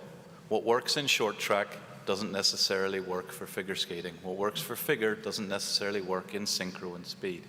So what we need to do is take the modern approach, but we need to then adapt it to the style and the flair and the personality of each of our individual sports. So we're looking for global consistency, but with local flair. We should also represent the cities and the countries where our events are taking place.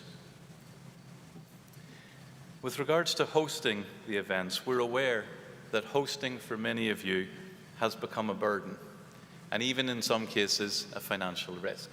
And quite simply, hosting one of our events should not lose money.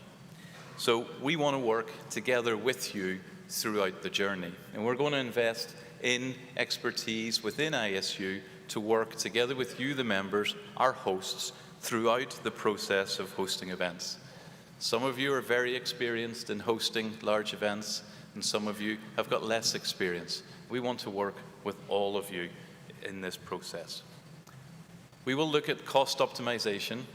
There are many areas where you're all investing individually. Maybe it makes more sense for us to invest centrally and then provide the tools to you. Accreditation systems, as an example, ticketing systems. These are white label systems which cost money when they are spread multiple times, but when centralized, perhaps can be more efficient. We want to look at revenue optimization. We're aware we are quite restrictive in certain areas. We want to look to see how can we open that up to benefit you, the members. And best practices. We want to take the best bits from each of you, put it all together, and act as that central guidance resource to bring those to you for future events. So we will accompany you from planning through delivery, through debrief, in order to then apply this to our future events. But what is absolutely fundamental is that we need full arenas. Broadcasting empty seats in prime time is simply no good for any of us. So that was in venue. We also want to look at how do we change and upgrade our TV presentation. How do we make it more compelling and improve our storytelling? The most cost-efficient way that we manage our production at the moment is through local host production. Cost-efficient, yes. Inconsistent, also, yes. And so what we want to do is to limit these inconsistencies from country to country, from event to event. So we'll continue to produce and develop the production guidelines to provide to the local host broadcasters in order to ensure that the core of our sport, the action that's happening on the ice, is filmed in a consistent way week in, week out. We will provide and sit with the directors from the local host broadcaster, again, to help them develop and adhere to the production guidelines. But it's also very important that we schedule the events at prime time, that we help TV cover and publish our sports. We need to develop our skaters. We need to build the personalities, and we need to develop the profiles. We know F1 drivers, if they only raced 3 times a year, we certainly wouldn't be as familiar with them as we are now. So how are we going to create this extra content? A lot of it is behind the scenes. A lot of it is off ice as well. And on ice, we will also provide program packaging with magazine programs and highlight programs. And we'll work with our partner in front on the distribution. So this additional content will add real flavor and flair that we can then further use to promote our sport. The TV graphics, again, why do we use them? They are to provide the context. They are to inform. They are to guide the viewer as to what they're watching. So we are going to upgrade all our TV graphics across all our sports. We started already in a limited form. We were restricted with the actual set of graphics we had. But if you can see on the left of your screen, you can see the TV graphic for figure skating from previous year. This past season, we changed it within the parameters that we could to include the traffic light system, where we can provide more context to what's happening on the ice, but also the name of the skater, the name of the leader, the country, in order, again, to provide context. So we will further develop these to help our fans engage with our sports. This is a process which will probably take us a couple of seasons, so we'll start it for next season and see how far we get.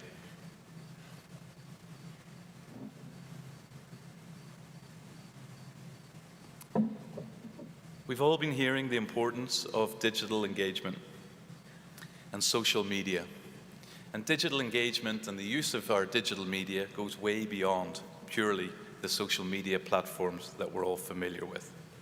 We've made great strides, and I'd like to thank the ISU team for their efforts in this regard. However, we can go much further.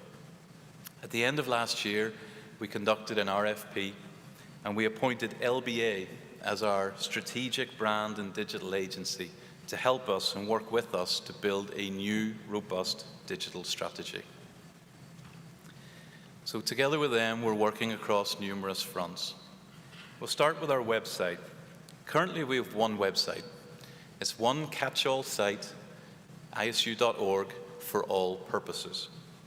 It's incredibly difficult to use a different tone of voice when you've only got one website. When we're talking about competition matters or anti-doping, at the same time, we're talking about skaters, their profiles, what they had for breakfast, what the color of their skate guards were. It's not the same tone of voice you need to use. It currently lacks engagement, and it is quite difficult to navigate. So we want to change that, and we want to create a new hub which basically becomes the go-to place for all things skating. So from next season, we will have 2 websites, and we'll split them in 2.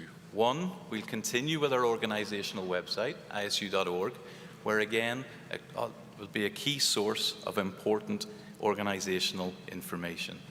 But we're creating a fan-facing website, isuskating.com, which will be the go-to place for all things skating and fan-facing. So we will use it to engage fans new to the sport, giving them a reason to stay and giving them content to explore. We want to inform the more informed fans with dedicated events and results pages. But we also want to direct all users to watch events live, to grow our spectator population. And importantly, each of the websites and the subsections of the websites will reflect the beauty and the personality of each of the disciplines and sports in a new modern way. And we can see a couple of examples, a short track and figure.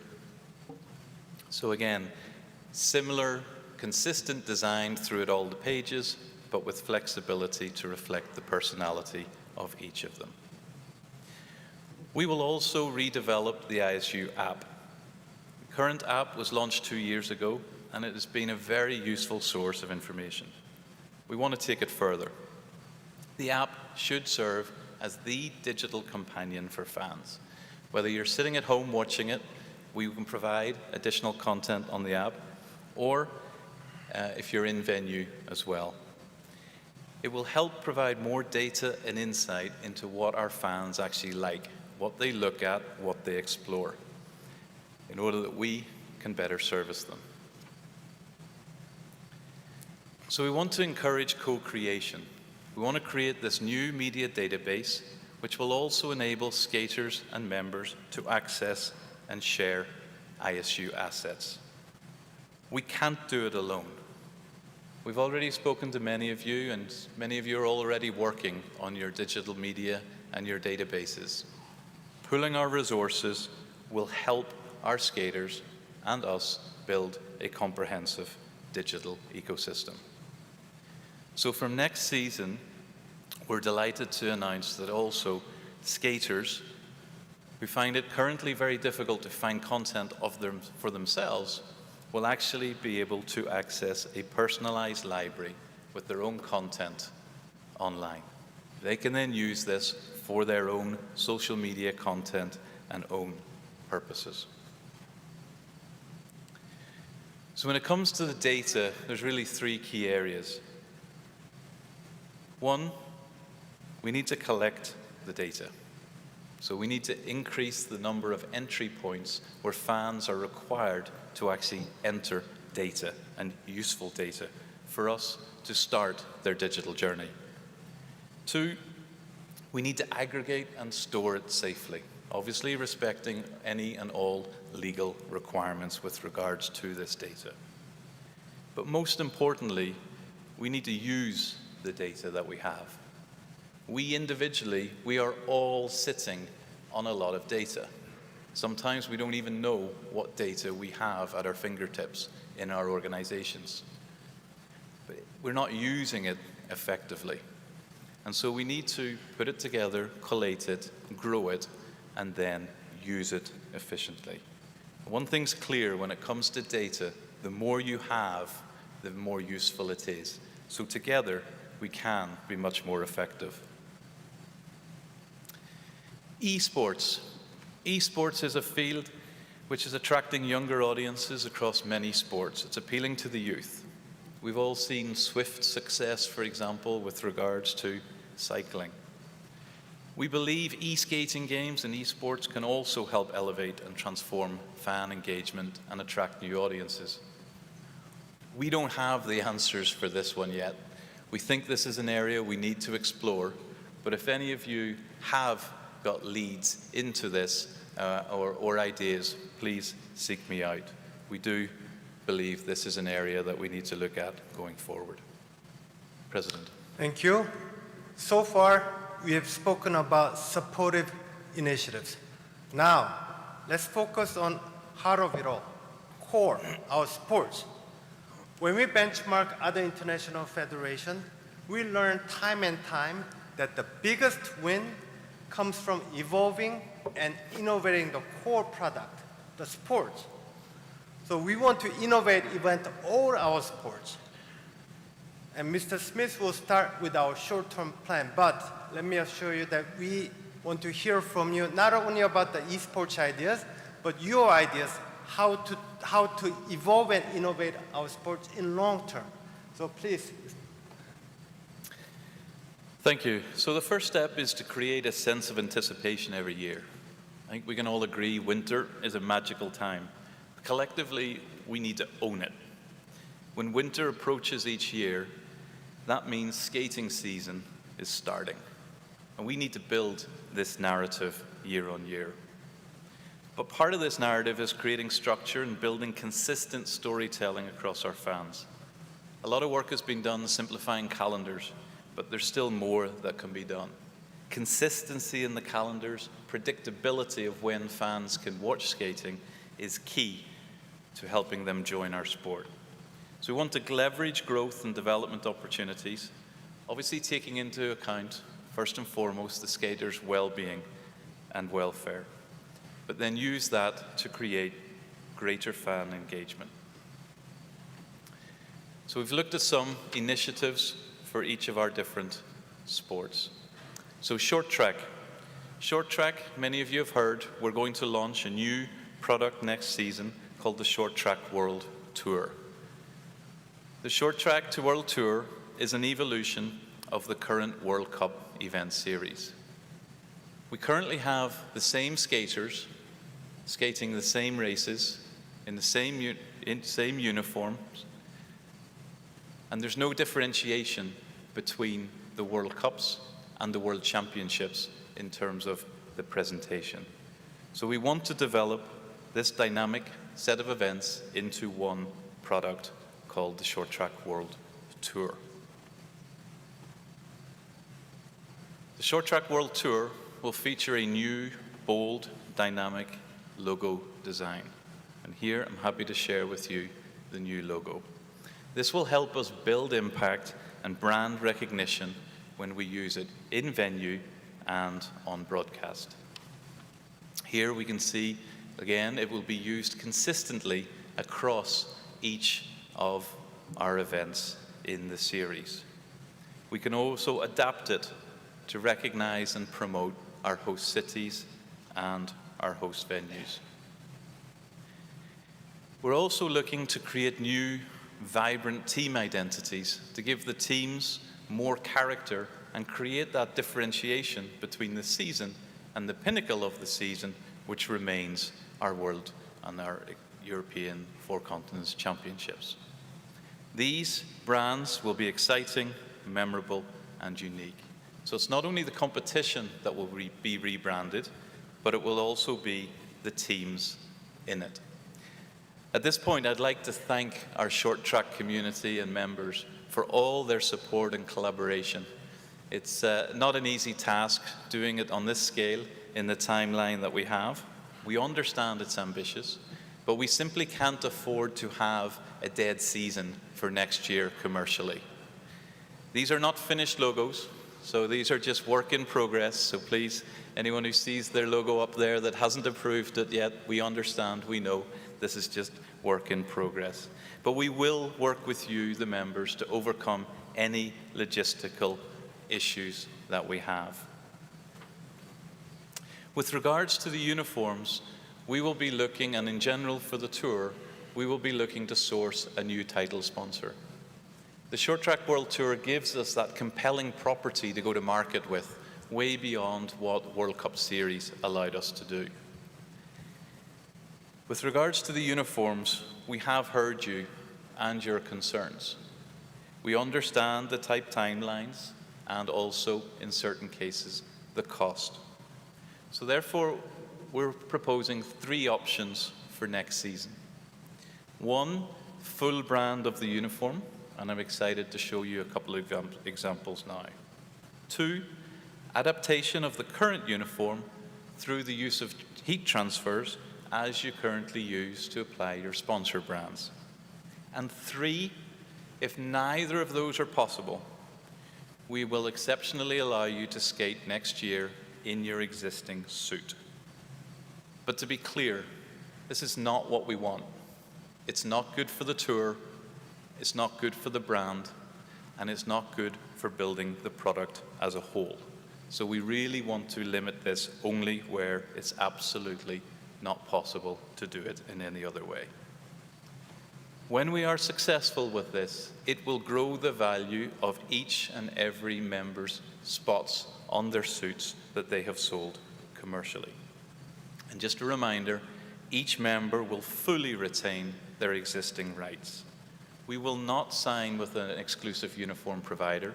We prefer that the providers are required to remain competitive in the market and drive down prices for you, the members.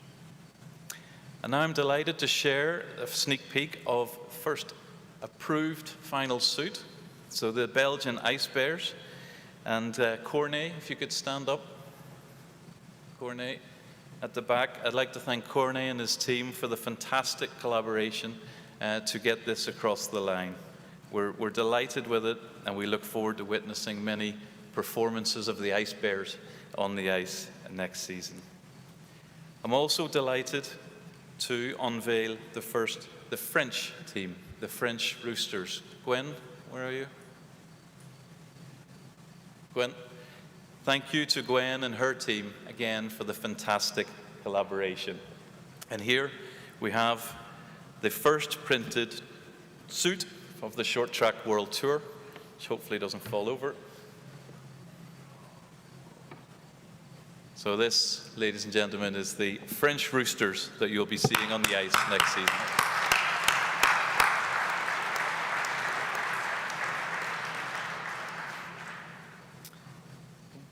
Okay, thank you. We will then also use these identities to drive more commercial opportunities. In merchandising, for example, you can see some mock-ups in front of you. Last year, one of my first events, I remember we had 18,000 very loud fans in Beijing, and they weren't able to purchase anything to show their support to their teams. So we want to rectify that. Moving on. Oh, no, I didn't. I moved on too quickly. Let's go. No. Kyle, one more. We're also delighted that we've embarked on a collaboration with Itchak, who's a Dutch skater, but an extremely talented designer who currently designs limited edition helmets. We launched previously the Crystal Globe, and we are delighted to announce that from next season on, the Crystal Globe winner will wear a special commemorative helmet designed and produced by Itchak. This will be a different design every year, and we will build therefore the collection, and we hope that this is a great memory for those skaters that win this title. Moving on now to speed skating. Since I joined ISU, it's been indoctrinated in me the history, the traditions, the values, the DNA of speed skating. And many of you, the members, have spoken to me about the desire to go back to the roots and bring at least some of our events back to the outdoors. We will explore an outdoor event in the coming years, starting with one World Cup event. We also want to look at introducing an outdoor classic, an end-of-season special an end-of-season special called the Outdoor Classic. This will be in an all-round format, and we're also looking to see how we can combine this with mass participation. Again, coming back to increasing participation popularity, and engagement in the sport. We've already received expressions of interest from iconic outdoor skating locations such as Medeo.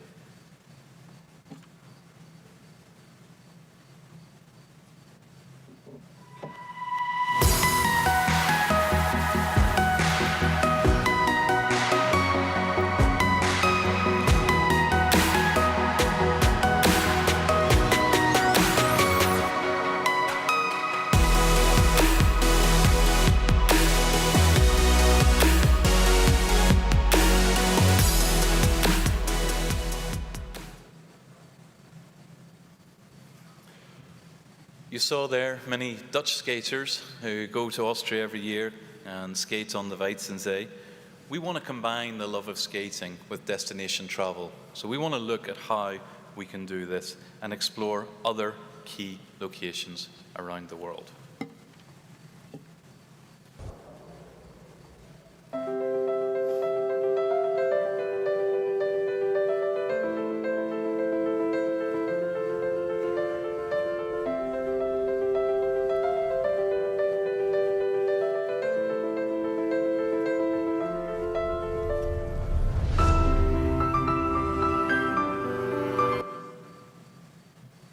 The beauty of figure skating in a natural environment is absolutely second to none. These pictures are breathtaking, and we've seen them go viral so often. We want to look and develop this further and use this to further promote and engage with fans. President. Thank you, Mr. Smith. These videos, skating on the wild ice,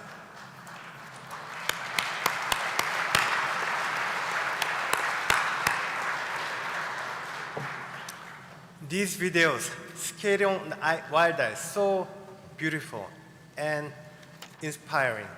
So I just added another item on my bucket list, which is to skate on the wild ice. But before I skate on the wild ice, I want to do one thing. I want to learn how to turn right, because I can only turn left. So I'm proud to share with you, the figure skating community, that I bought my first pair of figure skates, and I took my first lesson in figure skating in this spring.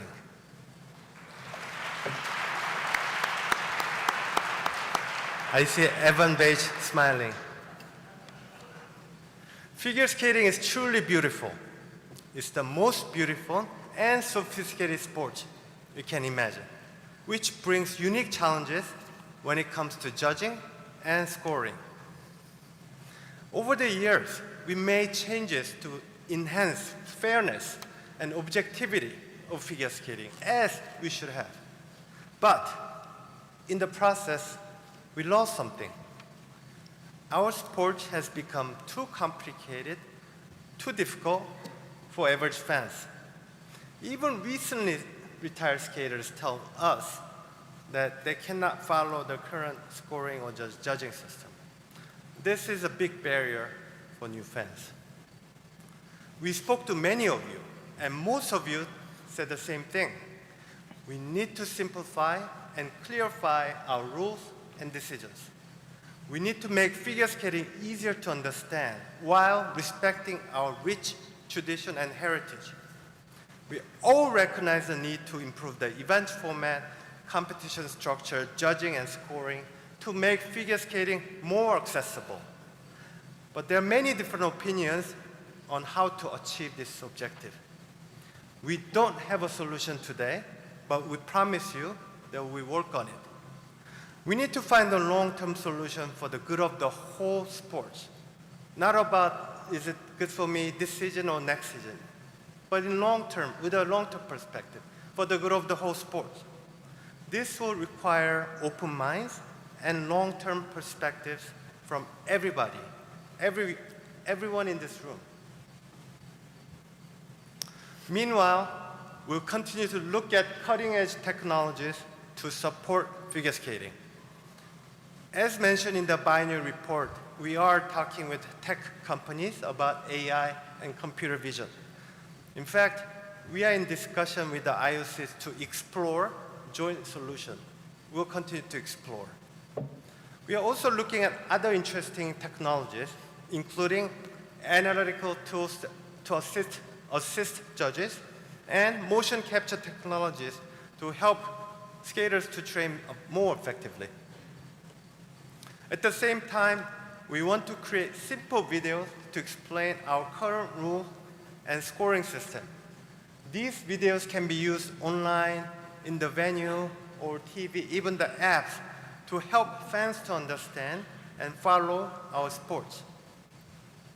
We'll also work on TV graphic, as Mr. Smith mentioned, to explain scoring more intuitively, easier to understand. Sports documentaries are a powerful way to connect fans to our sports. Many of you said that we should have our version of Formula One Drive to Survive to highlight our sports and our skaters. Even skaters say, you want it. Actually, one of our commercial partners to try to create a documentary series involving the Grand Prix series 2 seasons ago. ISU tried to help, but it fell through because a lot of young athletes were not willing to open what goes on behind the scene, like their personal stories, what they do, etc. And these are the things that the viewers are most interested in knowing about, as we talked about during the social media session. What goes behind the scene is more interesting. But we'll try again. We are currently talking with even bigger partner for figure skating document series during the Olympic season leading up to Milano Cortina Games. We really want to make this work. So we need your help. We need to work together to speak to the athletes that if we want to have something to highlight our sports and our skaters, we need to open up and show what goes on behind the scene.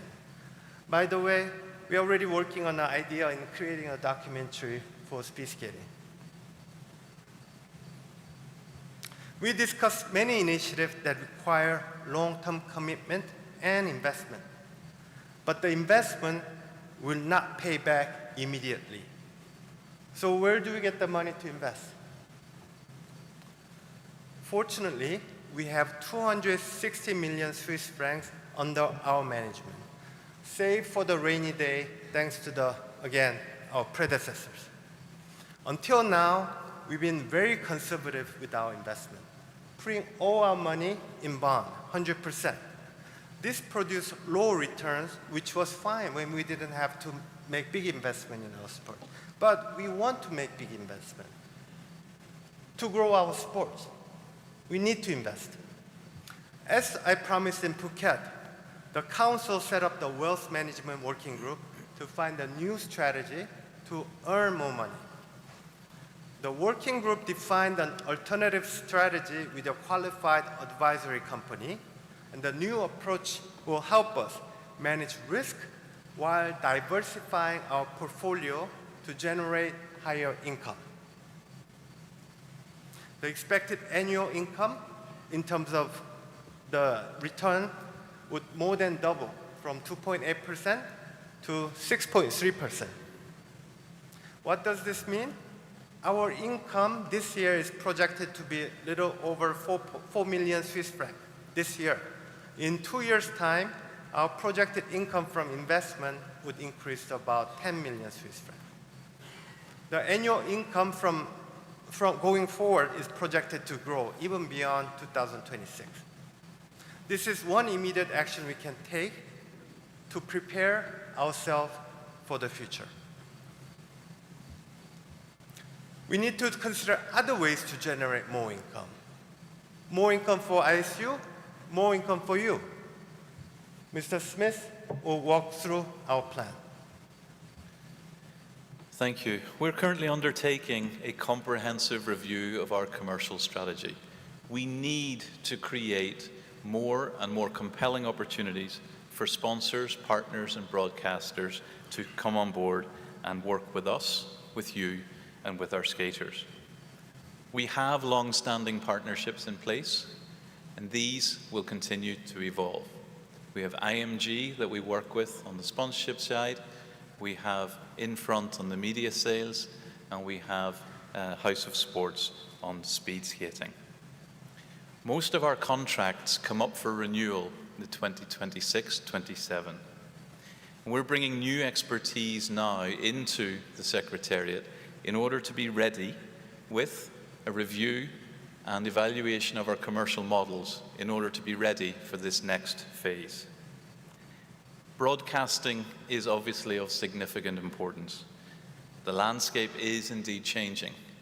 OTT is becoming more prevalent, and this is a space that we need to be involved with and look and determine how best to work in it.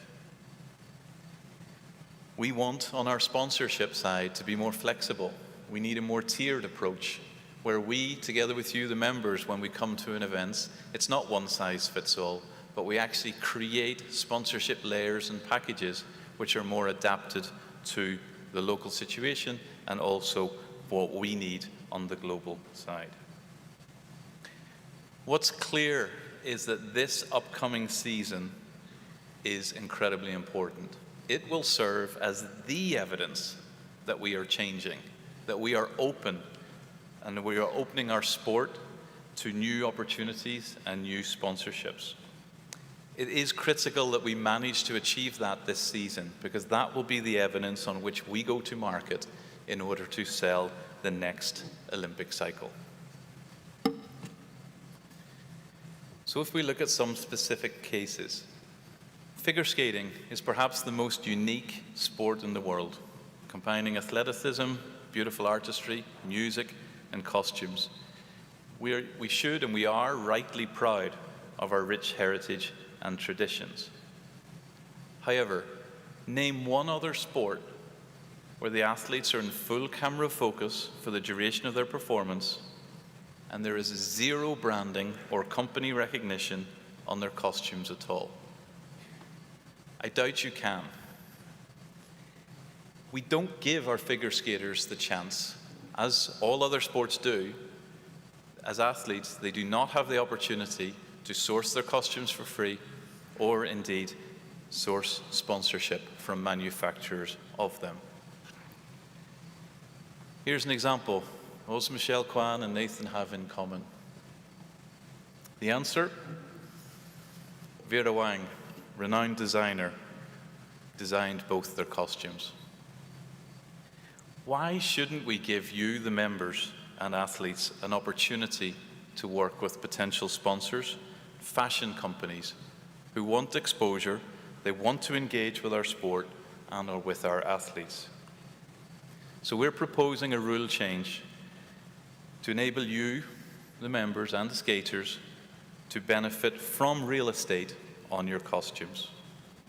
We propose opening up for one, only one, manufacturing logo in a way that is discreet yet incredibly powerful for partners, and it will not distract in any way from the beauty of the sport that we love. When we look at how we dress the rink, you've got before you two pictures, 50 years apart. The rink branding and how we advertise and how we represent our sponsors has not changed in 50 years.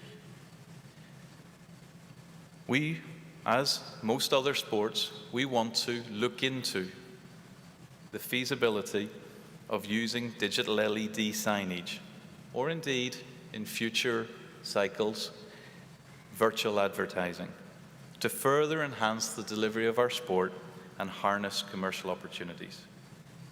We'll be exploring the implementation of this at the Grand Prix final in France and, subject to venue feasibility and design, the World Championships. The use of digital signage allows much greater engagement and much greater flexibility for the sponsors, also to represent the skaters, and also as a source of infotainment for the fans in the venue. We can guarantee that this will not detract or distract in any way from the skater's performance. The boards can be static during the performance, and then we use them in a dynamic fashion during the breaks. Kiss and Cry is another under-leveraged opportunity, a key moment where skaters are again in camera view. Here's an example: Montreal skyline, sponsors, and again, doesn't detract in any way from the skaters and their moment. We can also feature skaters' hashtags and social media, again, for them to be able to reinforce their connection with their performances on the ice. So this wraps up for me some of the initiatives that we want to implement for next season. We believe there is much more potential to capture revenues and present our sport in new and more engaging ways for fans, for you, the members, and also for our skaters. Thank you, President. Thank you, Mr. Smith.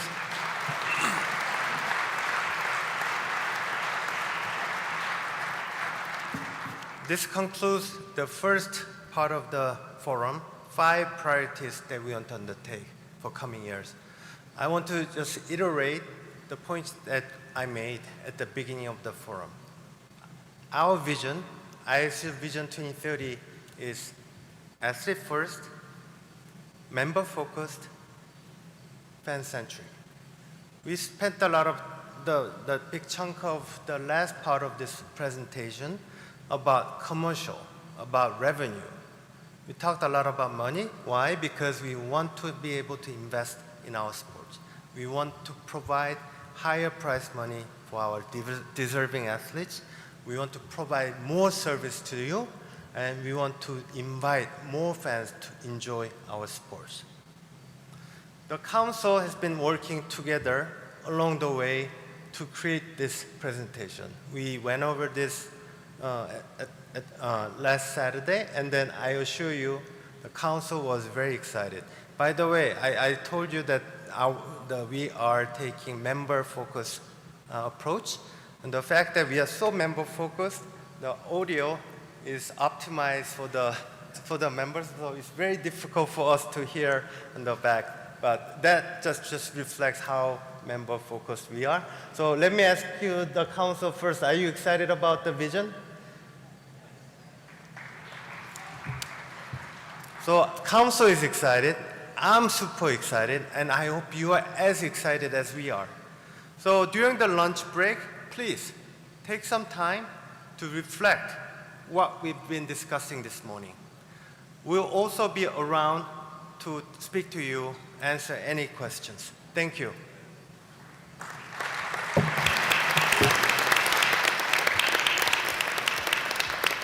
So, ladies and gentlemen, we'll now break for lunch.